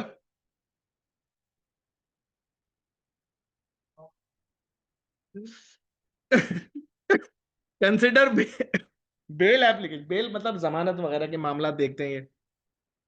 फिर इन्फोर्समेंट ऑफ फाइन्स, किसी पे जुर्माना हुआ, जुर्माना नहीं दे रहा। ग्रांट सर्च वारंट्स, किसी के घर की तलाशी वगैरह लेनी तो search warrants. And right of entry applications, किसी जगह पे जाना है, किसी ऑफिस में जब बात करनी है या कोई भी परमिशन वगैरह चाहिए तो ये मजिस्ट्रेट कोर्ट वाले देते हैं। आमतौर पे मजिस्ट्रेट कोर्ट वाले जो है ना, वो इम्प्रिजनमेंट नहीं देते 6 महीने से ज्यादा की, ठीक है, या 12 महीने तक की देते हैं। मैक्सिमम फाइन जो इनके पास है वो अनलिमिटेड है, उसकी कोई लिमिट नहीं है, यानी कि फाइन की कोई लिमिट नहीं है। लेकिन जो जेल जो है ना, ये मजिस्ट्रेट कोर्ट वाले ज्यादा से ज्यादा 6 महीने, या कुछ केसेस के अंदर 12 महीने, इससे ज्यादा नहीं देते सजा। वो बड़ी, अगर सजा बड़ी, इसका मतलब है केस भी सिवियर है ना, तो फिर तो क्राउन कोर्ट पे जाना चाहिए ना। कौन कौन से ये देखते हैं, ठीक है जी।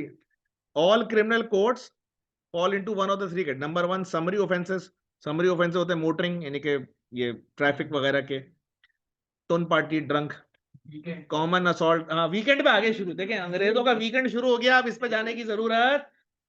फ्राइडे 5 बज गए ना बेटा, बस वापस पाकिस्तान आ जाओ, ठीक है, मंडे से फ्राइडे 5 बजे तक। मैं क्या बोलूं ये, जो जो मामला हैं उनके वो सब चीजें शुरू हो गई। ठीक है जी, प्रोस्टिट्यूशन वगैरह के केसेस, ये वो। Indictable only offences, murder, rape, robbery, ये सब क्राउन कोर्ट में जाते हैं।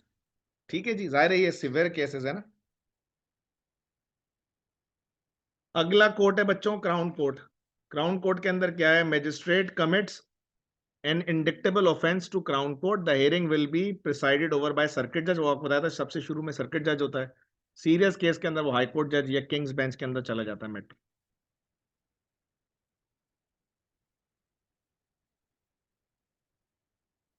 की पॉइंट यहाँ पे ये है, the basis of English law is that a person is presumed innocent unless he found. Law ये कहता है जब तक साबित ना हो जाए वो गिल्टी नहीं है, ठीक है। इसीलिए आपने वर्ड सुना होगा बचपन से, मुल्जिम और मुजरिम। पूरे केस के दौरान जिस पे इल्जाम होता है उसको मुल्जिम कह के पुकारा जाता है, मुल्जिम फलां बिन फलां, तुम अपनी सफाई में कुछ कहना, मुल्जिम फलां, मुल्जिम, मुल्जिम मतलब इल्जाम है। जिस दिन साबित हो जाता है फिर कहते हैं मुजरिम, ठीक है। और ये बहुत बुरी बात है कि एक शख्स पे इल्जाम लगे और आप उसको गिल्टी या ट्रीट करें, वैसे भी अनएथिकल भी और इलीगल भी है। मसलन एक आदमी पे इल्जाम लगे उसने चोरी की है, तो आप उसको चोर के तौर पे ट्रीट नहीं कर सकते अनटिल और अनलेस इट इज प्रूवन। आपने उसको नौकरी से निकाल दिया कि तुम कहीं और चोरी में पाए गए हो, भाई मैं पाया नहीं गया हूं, मुझ पे इल्जाम है, जब साबित होगा तब होगा, अभी तो मैं ऐसे कैसे। समझ में आ रही बात? Class of ji,